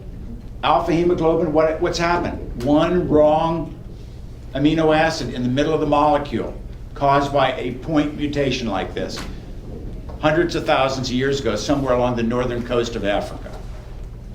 Some person got a mutated gene, kept him from getting malaria, but it also gave him sickle cell condition, but they passed it along. What do you see under C? So that one's called a missense because we're still making protein, right? It's just a different protein. We take a look at C, which is called a nonsense mutation, and look what happens here. Now I develop a codon, and that codon doesn't code for any amino acid. Which means that what happens to your protein? Stop producing. It ends there. And you can probably guess that these types of mutations would be lethal. Lethal, they're gonna cause death if it's an essential. Like if this is the first enzyme in glycolysis, man, you aren't around here long. So about people or? Anybody, anything. Well, if this happens to one cell, would it really make any difference? No, because it happens, you're losing cells every day to mutations. You're losing hundreds of thousands of cells that have mutated in one form or another, and they die. It's just that you replenish those cells rather quickly. Just that when you reach senescence, what does senescence mean? Old age, that your replication of cells slows down significantly, which means the more you lose, then you can't keep up with it, and then pretty soon, I'm singing at your funeral. Look at D. What song? Whatever you want. So where this stops, that's where the codon, is that where the protein's in? Where are you? On the third one, the nonsense. Yeah. So what you did, we do the same thing. We copy. We have a messenger RNA, but we have a codon now, which is UGA, for which there is no amino acid called in. There is no transfer RNA, which matches that. And I'm not going to make you do that, but if you take a look in your book, it shows you this big chart. You know, how many different amino acid, or how many different codons can call for this particular amino acid. Well, there isn't one in this case. And again, what is that? What did we do? We substituted, correct? I just have a question. Sure. So the amino acid sequence stops when the next set of three, the next codon gets read. And it can't create anything, so then it just stops? Yeah, it just stops. There is no anticodon, there is no transfer RNA anticodon which matches that. So nothing gets pulled in. We're not bringing any amino acid in. That's why if you go back to your textbook and kind of look at that, your A&P book is great for that. Oh, I sold that. Okay. D, frame shift mutation. This is, what are we doing in this particular case? So what we did with B and C was what? We substituted, right? We pulled something else out and we put something else in. But in D, it's called a frame shift. And the analogy is a good one. I think that even your author uses this. Figure this, that your book, your textbook, from beginning to end, from the very first word in the very first paragraph of your textbook, this is what it looks like. I take the very first word, and what I'm going to do is not take something else and slide something in. I'm simply going to add an extra nucleotide. I'm going to add one. And that means then now that every other word in the entire book gets shifted one letter. So you can pretty well guess that if this happened at the beginning of a gene, I mean, what would it do in that case? The whole rest of the book you wouldn't be able to read. None of the words would make any sense to you. If it happened at the very end, maybe you could get by. But if it happened toward the front, this is a problem. And that's what we commonly refer to then as a frame shift mutation. Because what are we doing? I'm taking all these DNA molecules on this side, which are ready to get read, but I'm going, wait a minute, I'm going to open up here, I'm going to slip somebody else in, and we're moving everybody else down, or the opposite could occur. I'm just going to take a step out and everybody else moves up one. It's massive. Can you understand why these are almost always lethal? That would make sense. It's a major mutation. Okay. With that in mind, then how did we, let me throw the question out, which I did before, but I'll do it again. How do we come up with a new strain of bacteria, like the one that we're referring to now as MRSA, which was originally referred to as methicillin-resistant Staphylococcus aureus, and then became multiply resistant, and the M doesn't stand for methicillin anymore, it now stands for multiple or multiply. And then we add things in front of it like HMRSA, HMRSA, and CMRSA, which in the medical field we start doing this all the time. And then what happened about 10 years ago is that somebody said, let's be cute and call it MRSA.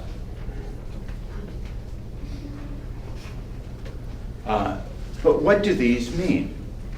Well, again, as I said, initially, the M stood for methicillin. And what is methicillin? Okay, it's a derivative of penicillin. And it was derived because we started to see that certain organisms back in the 1950s were showing resistance to penicillin already.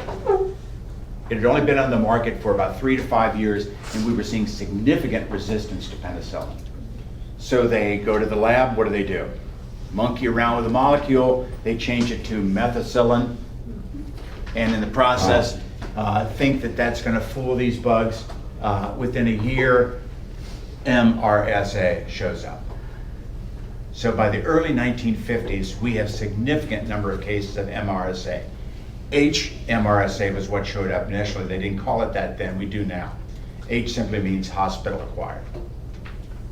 And then we've got C, because now we have community acquired MRSA.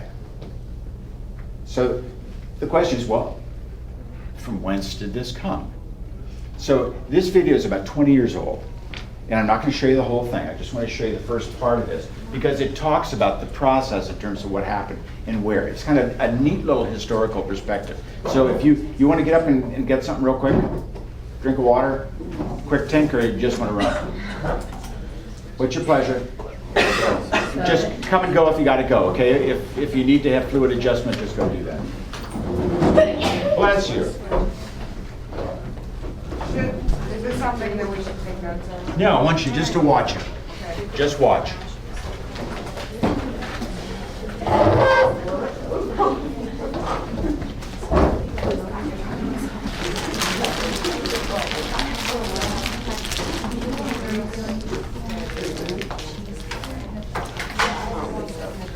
So I stole this off of off the television back when everybody's. That's right, still VHS.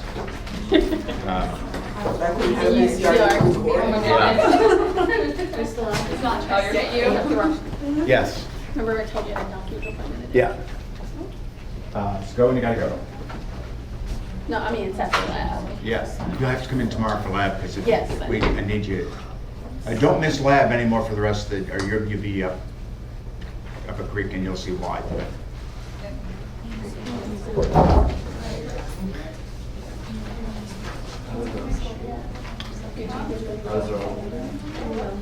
I looked at them because when I was on Wednesday, I had that job in there, so we're like, she's looking at real fast. But I didn't write it down. We can't. Did you write something? From the things? Yeah. Wait a minute. I'm gonna have to give you a call. Hold on here. Carried by patients, nurses, and doctors, it spreads like Is it wildfire. on? Yes. But only 40 years ago, scientists believed that they had conquered infection. The development of penicillin had ushered in a golden age of antibiotics, effective against a variety of deadly diseases. What went wrong? How could infection have again seized the upper hand? How could a hospital control a runaway infection outbreak when its best weapon, the wonder drugs, are being rendered useless? Tonight, Nova explores when wonder drugs don't work. And again, we're not going to watch the whole thing. Down to 14 degrees. Tomorrow shouldn't be too bad though. Fine, mild and sail. This takes place mostly in Australia, so the accent is sometimes tough to pick up. The men driving this ambulance do not normally dress this way. Virulent organism is sweeping through eastern Australia's large hospitals, and it seems nothing can block its progress. The Health Minister, Mr. Roper, and his senior officers are examining reports that the golden staph infection has reached epidemic. Golden staph, because Staphylococcus aureus has this golden hue when it grows on media. Has developed resistance to all but one antibiotic. The Australians call this germ MRSA, which stands for Multiply Resistant Staphylococcus aureus. They've been fighting it since 1977. Draconian measures had to be taken to get the outbreak under control. In Melbourne by 1980, 36 hospitals were affected. The focal point for much of the concern was the city's most prestigious teaching hospital, the Royal Melbourne. Any patient admitted during the height of the epidemic stood a 1 in 6 chance of picking up the infection during his stay. People coming in for routine surgery could be delayed for months. Nursing homes and smaller hospitals refused to accept their patients. The organism responsible for the outbreak is called Staphylococcus aureus. In the last 40 years, it has undergone a dramatic change. Look familiar? When There he Alexander is. Fleming Alex first found spread his it on face in culture his dish. he made the classic observation that it was killed by the penicillin mold. But today, that same Staphylococcus can resist the effects of not just penicillin, but other antibiotics as well. Staphylococcus aureus, a bacterium sometimes known as the golden staph, normally lives harmlessly on our skin or in our nasal passages. But if it entered into the wrong place, into the blood or bone, it can cause serious and sometimes fatal infections in people whose defense mechanisms have been weakened. Back in the 40s, scientists thought they had the answer to infectious disease. A new source of wonder drugs had been unearthed. Secrets hidden in the soil for countless ages have been revealed in one of the greatest scientific detective hunts of all time.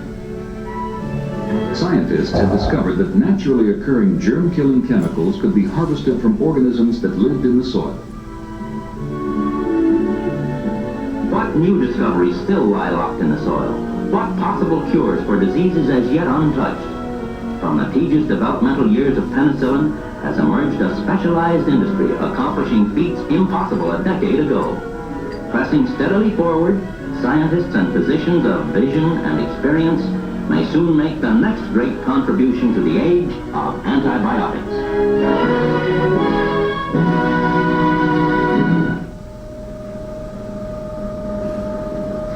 The discoveries of new and stronger antibiotics continued. A handful of drug companies recognized their healing Notice and they're not profit masked. potential. For the researchers, the pressure was Their on hand to or their produce mouth more pipetting. antibiotics. But by the 50s, the heady optimism was evaporating. The organisms which antibiotics were designed to destroy were fighting back. Many hospitals around the world were plagued with a new strain of Staphylococcus, resistant to every available antibiotic. It attacked not only frail patients, but staff members as well. The panic was disguised by the sober language of this training film. Beware of any staff, male or female, with a boil or septic spot. They may be a cross-infection menace. It must always be remembered that sufferers from boils are almost certainly nasal carriers of pathogenic staphylococci, so the nose should be treated as well. They hopefully massaged noses with antiseptics, but the problem was not controlled until a new group of semi-synthetic antibiotics called the methicillins were developed. Throughout the 60s, it looked And as though again, the this is chemists had the upper hand mid-50s to late again. 50s. But the more these antibiotics were used, the more likely it became that resistant strains would emerge. At the end of the 70s, reports started coming in of new strains of Staphylococcus, resistant to methicillin and up to 8 other antibiotics as well. The worst reports came from Australia. This is at the end of the Vietnam War. Dr. Stuart Levy is professor of medicine and microbiology at Tufts University School of Medicine in Boston. He's still there. He is chairing an international task force to examine the problem of antibiotic resistance. A very dramatic and important example of how a resistant bacteria can change the ways of a complete hospital and even a city occurred in Melbourne, Australia. In the late 70s, a single hospital began to have a problem with this multiple resistance in a Staphylococcus, and they couldn't treat it. And soon other hospitals in Melbourne developed the same problem. The outbreak began in 1977 when the first cases appeared on the burns and surgical wards. It's closing up really well, getting much, much better. About 3 or 4 more days, can get a skin graft on top of that. Surgery patients with deep wounds were particularly vulnerable. When the wounds became infected, skin grafts and worse still, bone grafts were destroyed.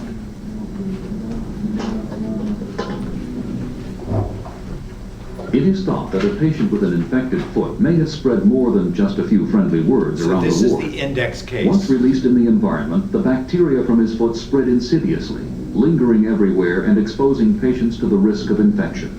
So he came into that hospital with a mutated form of Staphylococcus.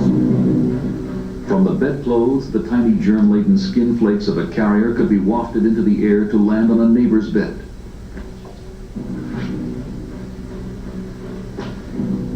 It was further spread by nurses and doctors as they passed from bed to bed, carrying it from the skin of one patient onto the skin of another.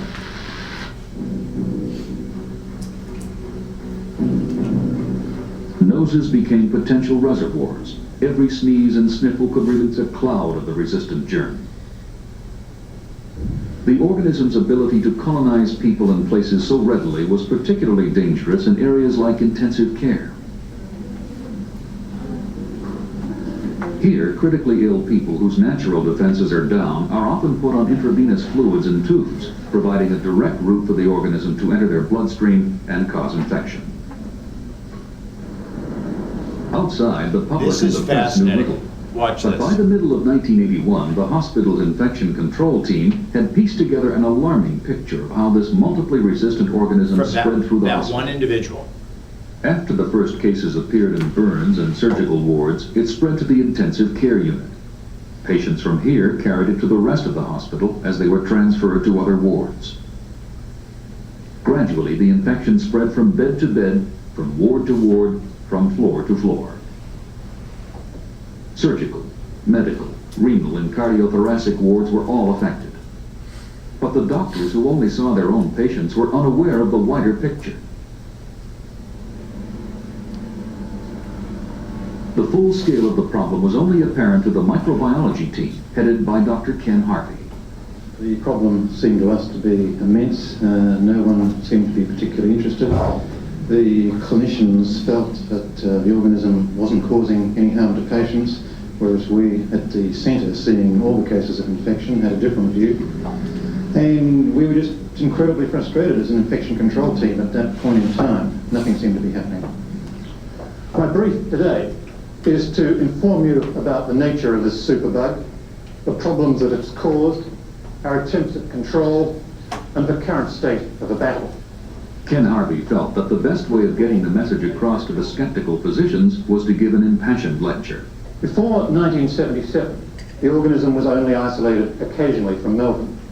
But by 1979, 36 hospitals reported problems in this city. In the 12 months from 1980 to 81, MRSA was isolated from 545 patients in this hospital. It was judged to have caused a significant clinical infection in 50%. Of those 254 patients, 30% died. It wasn't just the large number of new cases that concerned Ken Harvey, it was also the disturbing pattern of antibiotic resistance that was emerging. Recently, resistance had developed to 2 more antibiotics, gentamicin and chloramphenicol. This meant that Staphylococcus was sensitive to only one, vancomycin. Vancomycin has always been a last resort antibiotic since its first use in the 50s. It has to be closely monitored because of its serious side effects, which can include deafness and kidney damage. It also costs as much as $800 a day per patient. So far, resistance to vancomycin hasn't emerged. Its rare use in the past may be one reason why it still works today. And of course, The that's wrong, increasing right? infection rate We caused know by now that MRSA it's has necessitated an across the escalating use board of resistant vancomycin, to everything. raising the real possibility that vancomycin resistance may also emerge, leaving us with nothing with which to treat hospital-acquired staphylococcal infection. Despite continued searching, there have been no new discoveries of an anti-staphylococcal agent since 1964, merely chemical modifications of drugs we already have. The pessimists would say that we may have found all the antibiotics there are to find, that in 40 years hence we may look back on the antibiotic era as just a passing phase in the long history of medicine, an era in which a great natural resource was squandered, the bugs proved smarter than the biochemists, with the consequence that doctors once again could only deal with sepsis by draining pus and excising devitalized tissue. Faced with this scenario, it does seem prudent to attempt the control of antibiotic-resistant organisms. That task fell to the infection control sister, the nurse who occupied the delicate middle ground between the medical staff and the microbiologists. Armed only with lab reports, Val Humphrey's mandate was to banish this bacterium from the wards. I'll start with the people in the army. It was almost impossible to try and pinpoint where it had started and how it was getting around the hospital. Fighting this germ wasn't going to be easy. It can survive for months in dry, dusty places which are difficult to clean.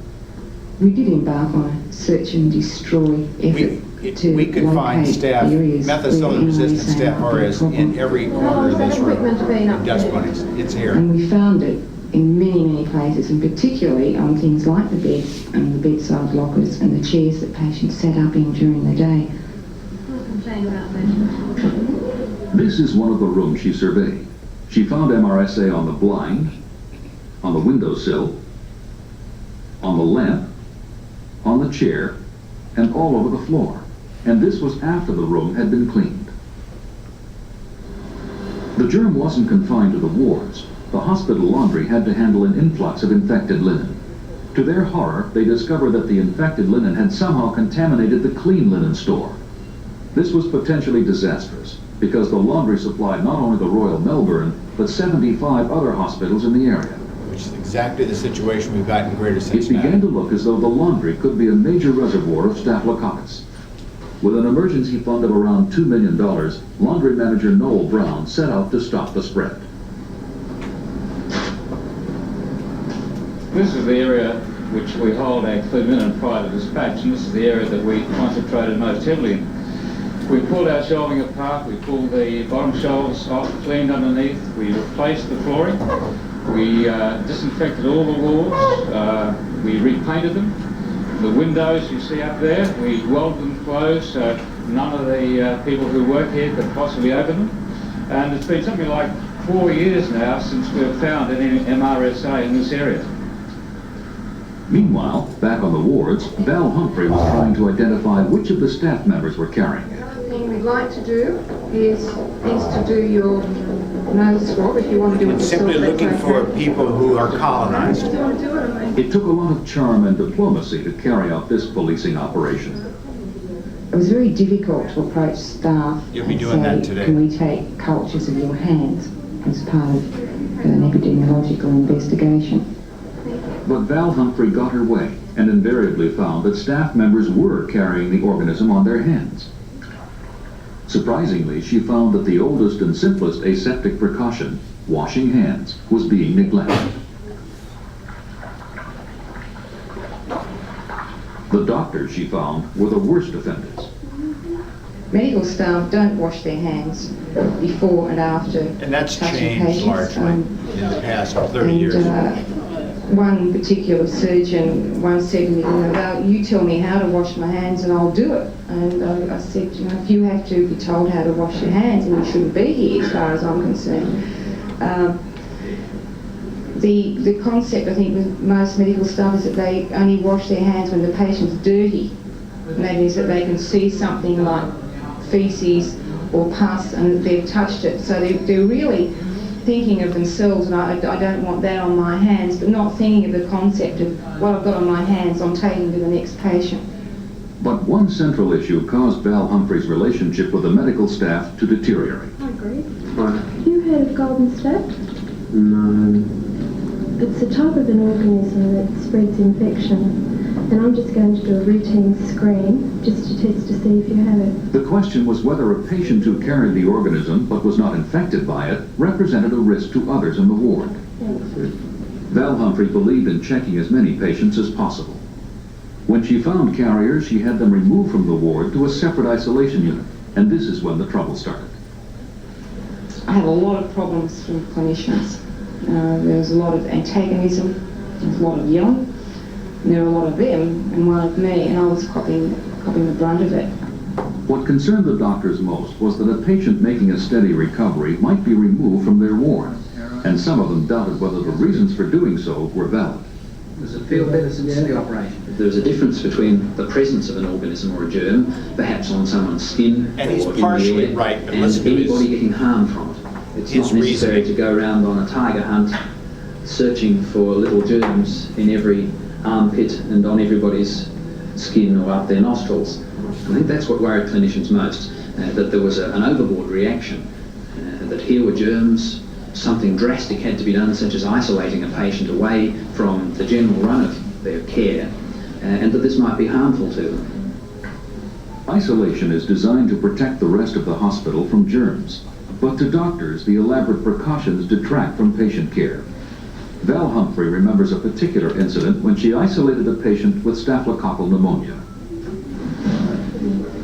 It is generally accepted around the world that anybody with staph pneumonia is isolated. It's not something I cooked up. And when the consultant went up to the ward and found this, he was really angry, and he ripped the isolation precautions sign off the patient's door. He refused to wear a gown to see the patient, and he implied that the patient would be receiving second-rate care because they were being isolated. Well, the isolation unit has two sorts of people in it. The ones who are quite healthy and don't need to be there, and it's not really a problem for them, it's an expense and a nuisance for everyone.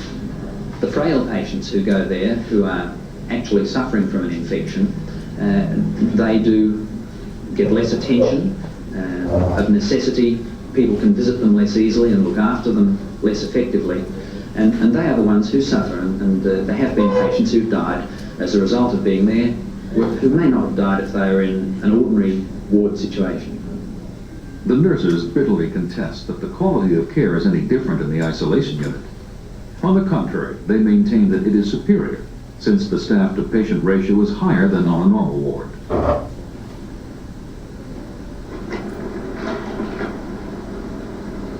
Such issues created so much tension in the hospital, Dr. Harvey felt he should defuse it in some way. What I now propose to do is to explore the psyche of the actors in this drama, for it is there that I believe our problems lie.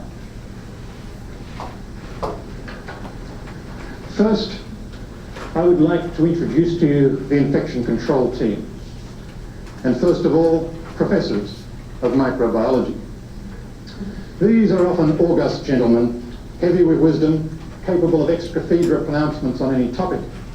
But unfortunately, the modern variety seems more concerned about recombinant DNA than it is about exploring the mundane and messy problems of battling hospital-acquired infection. Next, we have hospital microbiologists. Often keen and enthusiastic chaps, but somewhat innocent of the power politics of large institutions, symbolised by the fig leaf worn on their head. Then we have infection control sisters, chosen not so much for their good looks, but for their ability to stick their noses into other people's business.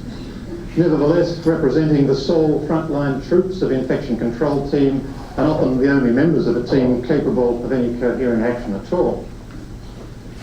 In the other corner, so to speak, are our clinical colleagues. First, the surgeons. Now, this particular species never has a problem with hospital-acquired infection. And just to make sure, he issues instructions to his staff banning swabs being taken on any of his patients who produce pus. Next comes our astute and knowledgeable physicians. This chap has just been asked if he'd like to give up some of his beds to form an isolation unit. And finally, we have medical administrators. Now, with a cast like this, is it any wonder that the control of antibiotic-resistant organisms has been slow and painful? Then, a far more critical problem emerged. At that time, the Royal Melbourne had no heart surgery unit of its own, so all operations were done at the neighbouring St. Vincent's. A 1980 unpublished survey showed a scandalously high infection rate. Immediately after the operation, the patients did well, but after they transferred back to the Royal Melbourne, problems emerged days, weeks, or even months later. A third of heart surgery patients were picking up a highly resistant Staphylococcus, and the infection rate was at least 10 times above the acceptable level.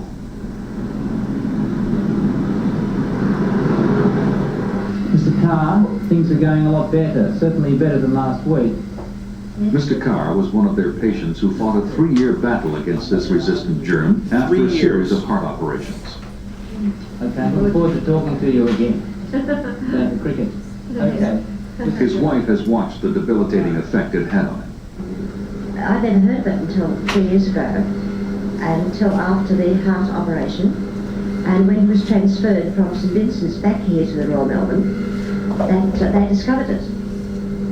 And evidently it's been in his system all this time because it's squared up again after this third open heart surgery. I think this is just rotten luck. But I think if Frank could tell you right now, he can't speak to you because he's got the trachea in the throat, as you know. But I would say he's totally fed up with the whole thing. Totally fed up. But he's going to get better.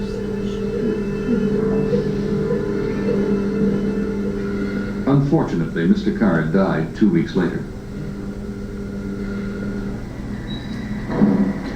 The infection control team at St. Vincent's was deeply concerned. They quickly went to work to try to find where the MRSA was coming from. They tested the air, put plates all around the operating room, and swabbed all the equipment. Not swab to clean it, but to pick up organisms. The lab results were inconclusive. They could not trace the source of the infection to any particular place. Next, they turned their attention to the people working in the operating room. Could the deep-seated germ in the sweat glands of their hands be passing through their gloves? They checked each pair of gloves for holes. Some indeed were punctured, and now surgeons are encouraged to wear 2 pairs as an extra precaution. But it was hardly likely to be the major reason for the high infection rate. Many other measures were introduced. After more vigorous cleaning, the room was left empty between operations for long enough to allow clean air to dilute out any remaining bacteria. But the most important change in practice is that patients no longer spend several days in the hospital before the operation. Now they are admitted the night before, so that they can get into surgery as quickly as possible, and before they have a chance to pick up any resistant organisms that might be lingering on the wards. The cumulative effect of all these measures seems to have been successful. Although the alarming attack rate of the early 80s could never be satisfactorily explained, St. Vincent's can now boast a virtually infection-free record. It was about 1985 when this hospital noticed it had a major problem. Yet a far more fundamental and long-term problem remains. Hospitals around the world have to cope with the increasing problem of resistant infections. Hospitals are fascinating environments. We herd together lots of susceptible patients or patients susceptible to infection. We pour into that closed environment kilograms of a variety of antibiotics. Something like 30 to 40% of all patients in this institution receive antibiotics at any one time. They excrete them in their urine and their feces. They excrete them in their sweat. The entire environment is permeated with antibiotics. Yep. If we pick up dust from the floor, we can measure finite concentrations of antibiotics. Staff and patients coming into this environment breathe it in, and it acts as a selective pressure on their own organisms. The more an antibiotic is used, And the here we more go. likely This is it is why. that resistance will emerge. The antibiotic allows the resistant organism to survive. But where does resistance come from in the first place? Resistance, of course, was not something that we invented. It existed in nature for millennia. Antibiotics are drugs that are made normally by bacteria that generally are living in the soil. And they need to protect themselves against their own products. So they have mechanisms of resistance. And through evolution, bacteria living in the same environment as they have developed resistance. We believe that this is the initial origin of these resistance genes, these resistance determinants that now are being picked up in bacteria that actually cause infections in man or live in association with man. Bacteria have several mechanisms of resistance. Most commonly, resistance genes are carried on plasmids, small ring-like chains of DNA, shorter in length than chromosomes. A bacterial cell can have many of these plasmids. Initially, it may be a single cell that carries these genes. But when an antibiotic to which these genes are resistant is introduced into this environment, all the other cells are killed except the cell with the resistant genes. This cell will then multiply and flourish without competition in the presence of the antibiotic. Perversely, the continuing use of that antibiotic actually encourages the growth of the cells with resistant genes. It's like inadvertently killing off all the healthy grass on a lawn, and you have one resistant piece of crabgrass. You've left the lawn wide open for all those other crabgrass seeds to come in and take over the lawn. This is what can happen. It's kind of Darwinian selection, but not natural, because we are actually introducing the strong selective force, the antibiotic. We've made them in enormous quantities, and now we can use them in large quantities. These antibiotics kill off any bacteria which is susceptible. That makes sense. But what survives? The surviving bacteria are those that by chance picked up a resistance gene. And now they find an environment completely clean of normal competitors. And since nutrients for growth are limited in the environment, they now have an open area with plenty of nutrients to grow, and they're obviously surviving the antibiotic. And while the antibiotic is there, they have a selective advantage. But this is just the beginning. Genes carrying this resistance trait can move around freely within cells. Other mobile genetic elements called transposons, or jumping genes, can travel from a temporary place on the plasmid to a more permanent position on the chromosomes, or vice versa. These jumping genes can also transpose themselves from one cell to another. They can even move between cells of different species of bacteria. In methods we talked about. In this way, many organisms can acquire new multi-resistant patterns without the evolutionary process of chromosomal inheritance. A single plasmid can accumulate a whole battery of genes, each resistant to a different antibiotic. Up to 8 have been found on one plasmid. This has sinister implications. This organism has now acquired multiple resistance. So if one of these 8 antibiotics is introduced, it kills off the non-resistant cells as before, but now all the surviving cells are resistant to 8 antibiotics, even though they have only been exposed to one. This is the way more and more antibiotics are rendered impotent. Today, antibiotics are abundant worldwide. The U.S. alone produces 35 million pounds each year. With so much in the environment, what does the future hold? Lots of people question whether or not we're going to return to the pre-antibiotic era. Are we actually going to be through with these kinds of drugs? And I don't think so. I think that we're approaching a time where the cost of treating infections is increasing, and the ability for us to treat in a effective way large numbers of people are being curtailed extremely by the resistant bacteria. In the developed world, if cost isn't the issue, new antibiotics are coming available. But antibiotic resistance is not confined to the developed world. In fact, the most worrisome reports of antibiotic resistance come from the developing nations. In many of these countries, anyone can buy antibiotics over the counter. The chance for overuse is far greater, and resistant organisms flourish. International travel can spread them even further. This has been demonstrated in the problem of gonorrhea, which started in Southeast Asia, then became a problem in Europe and the United States. Typhoid fever, resistant in Mexico, became a problem in the United States. Diarrhea syndromes, which were part of a problem in one country in Central America, soon spread to all of Central America and even into the United States.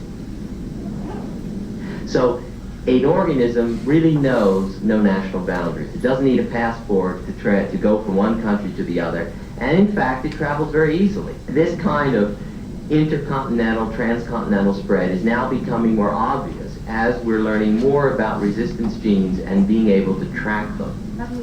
Dr. Levy is president of a pressure group called the Alliance for the Prudent Use of Antibiotics.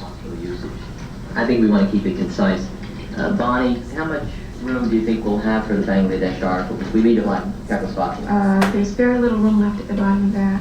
Fine. Through a regularly published newsletter, this organization promotes the appropriate use of antibiotics and tries to influence the prescribing habits of doctors worldwide. Yeah. Dr. Ken Harvey is also a member of the Alliance. Back in Melbourne, he is running his own vigorous campaign. The simple solution to antibiotic-resistant organisms is to withdraw selection pressures. The problem with withdrawing all antibiotics is the patient to get a die from infection, so we can't do that. All we can hope to do. What I wanted you to see was where the multiple resistance comes from. Consistent with curing patients and preventing infections. And let me see if you got it. Discriminating where we can.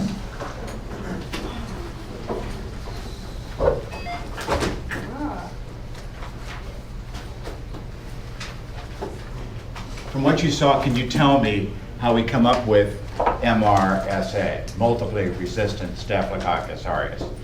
Initial case, was it one person out of the whole world? No. No, there were cases that showed up. In Australia, they linked it to one individual. That was the index case. The guy came in with this mutated form, had an infection on his foot, came into the hospital for whatever reason, and as he marched around the hospital, simply shed these bacteria all over the place, and it became insidious in that particular place. How did his bacterium become multiply resistant? Because everybody's taking antibiotics, so therefore they're shedding. Before that. Before that. Let's go back farther. If by chance picked up a mutated resistant gene to antibiotics. Exactly. So whether he was marching around in his backyard somewhere, he picked up a cell, a staphylococcal cell, Staphylococcus aureus in this particular case, that was resistant to, in this case, just penicillin. And then in turn was found that it was resistant to a modified penicillin, which we call methicillin.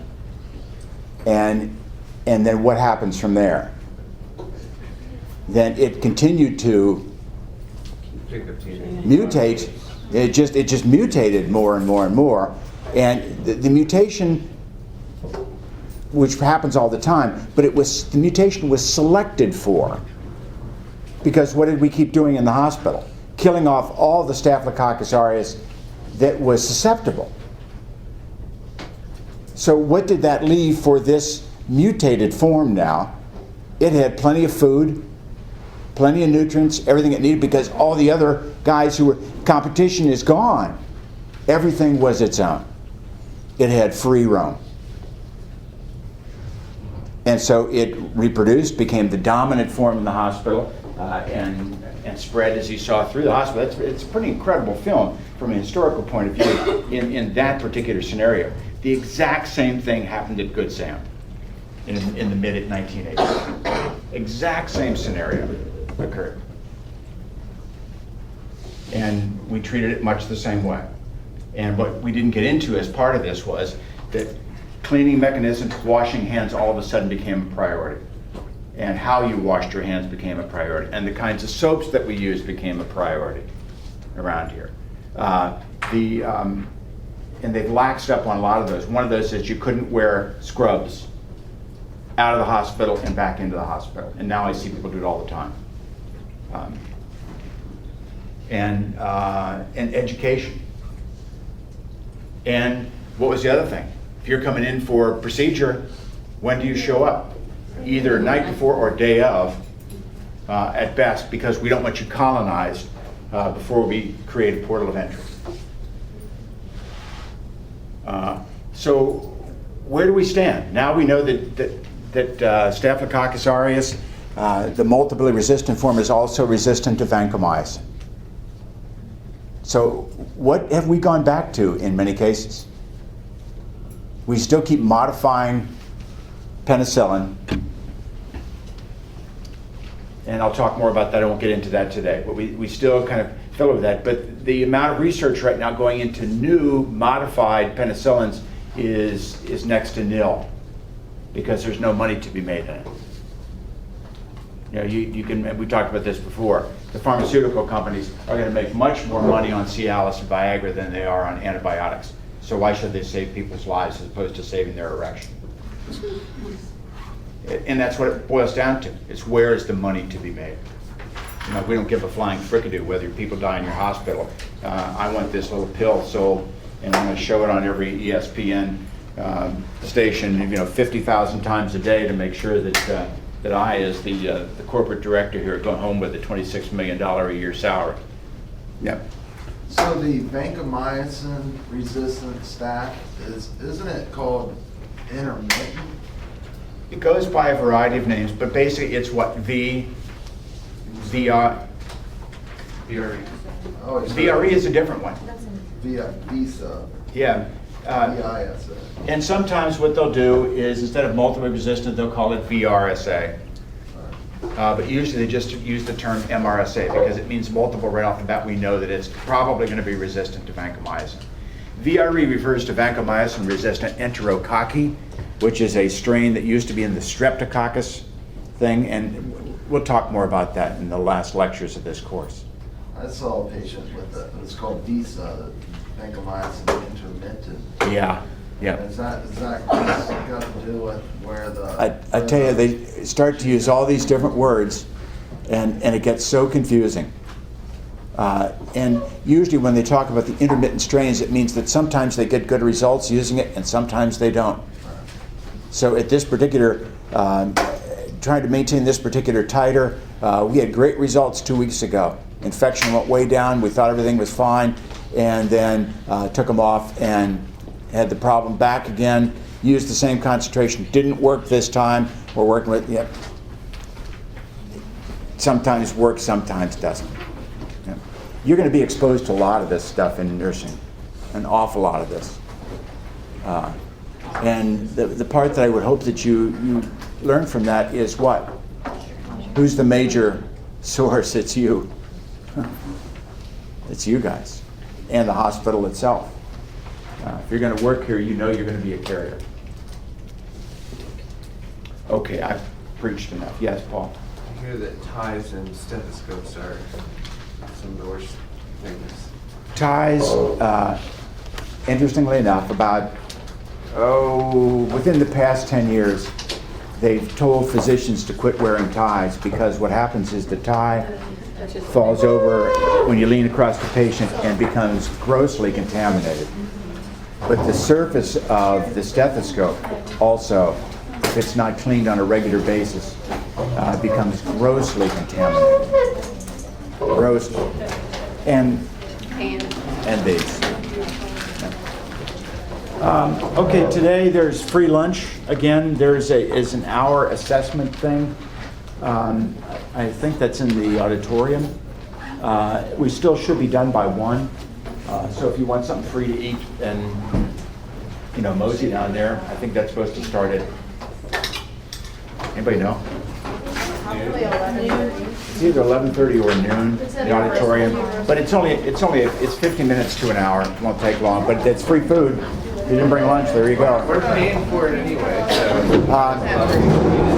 You gotta quit having that terrible attitude. I didn't remember there's, I know like.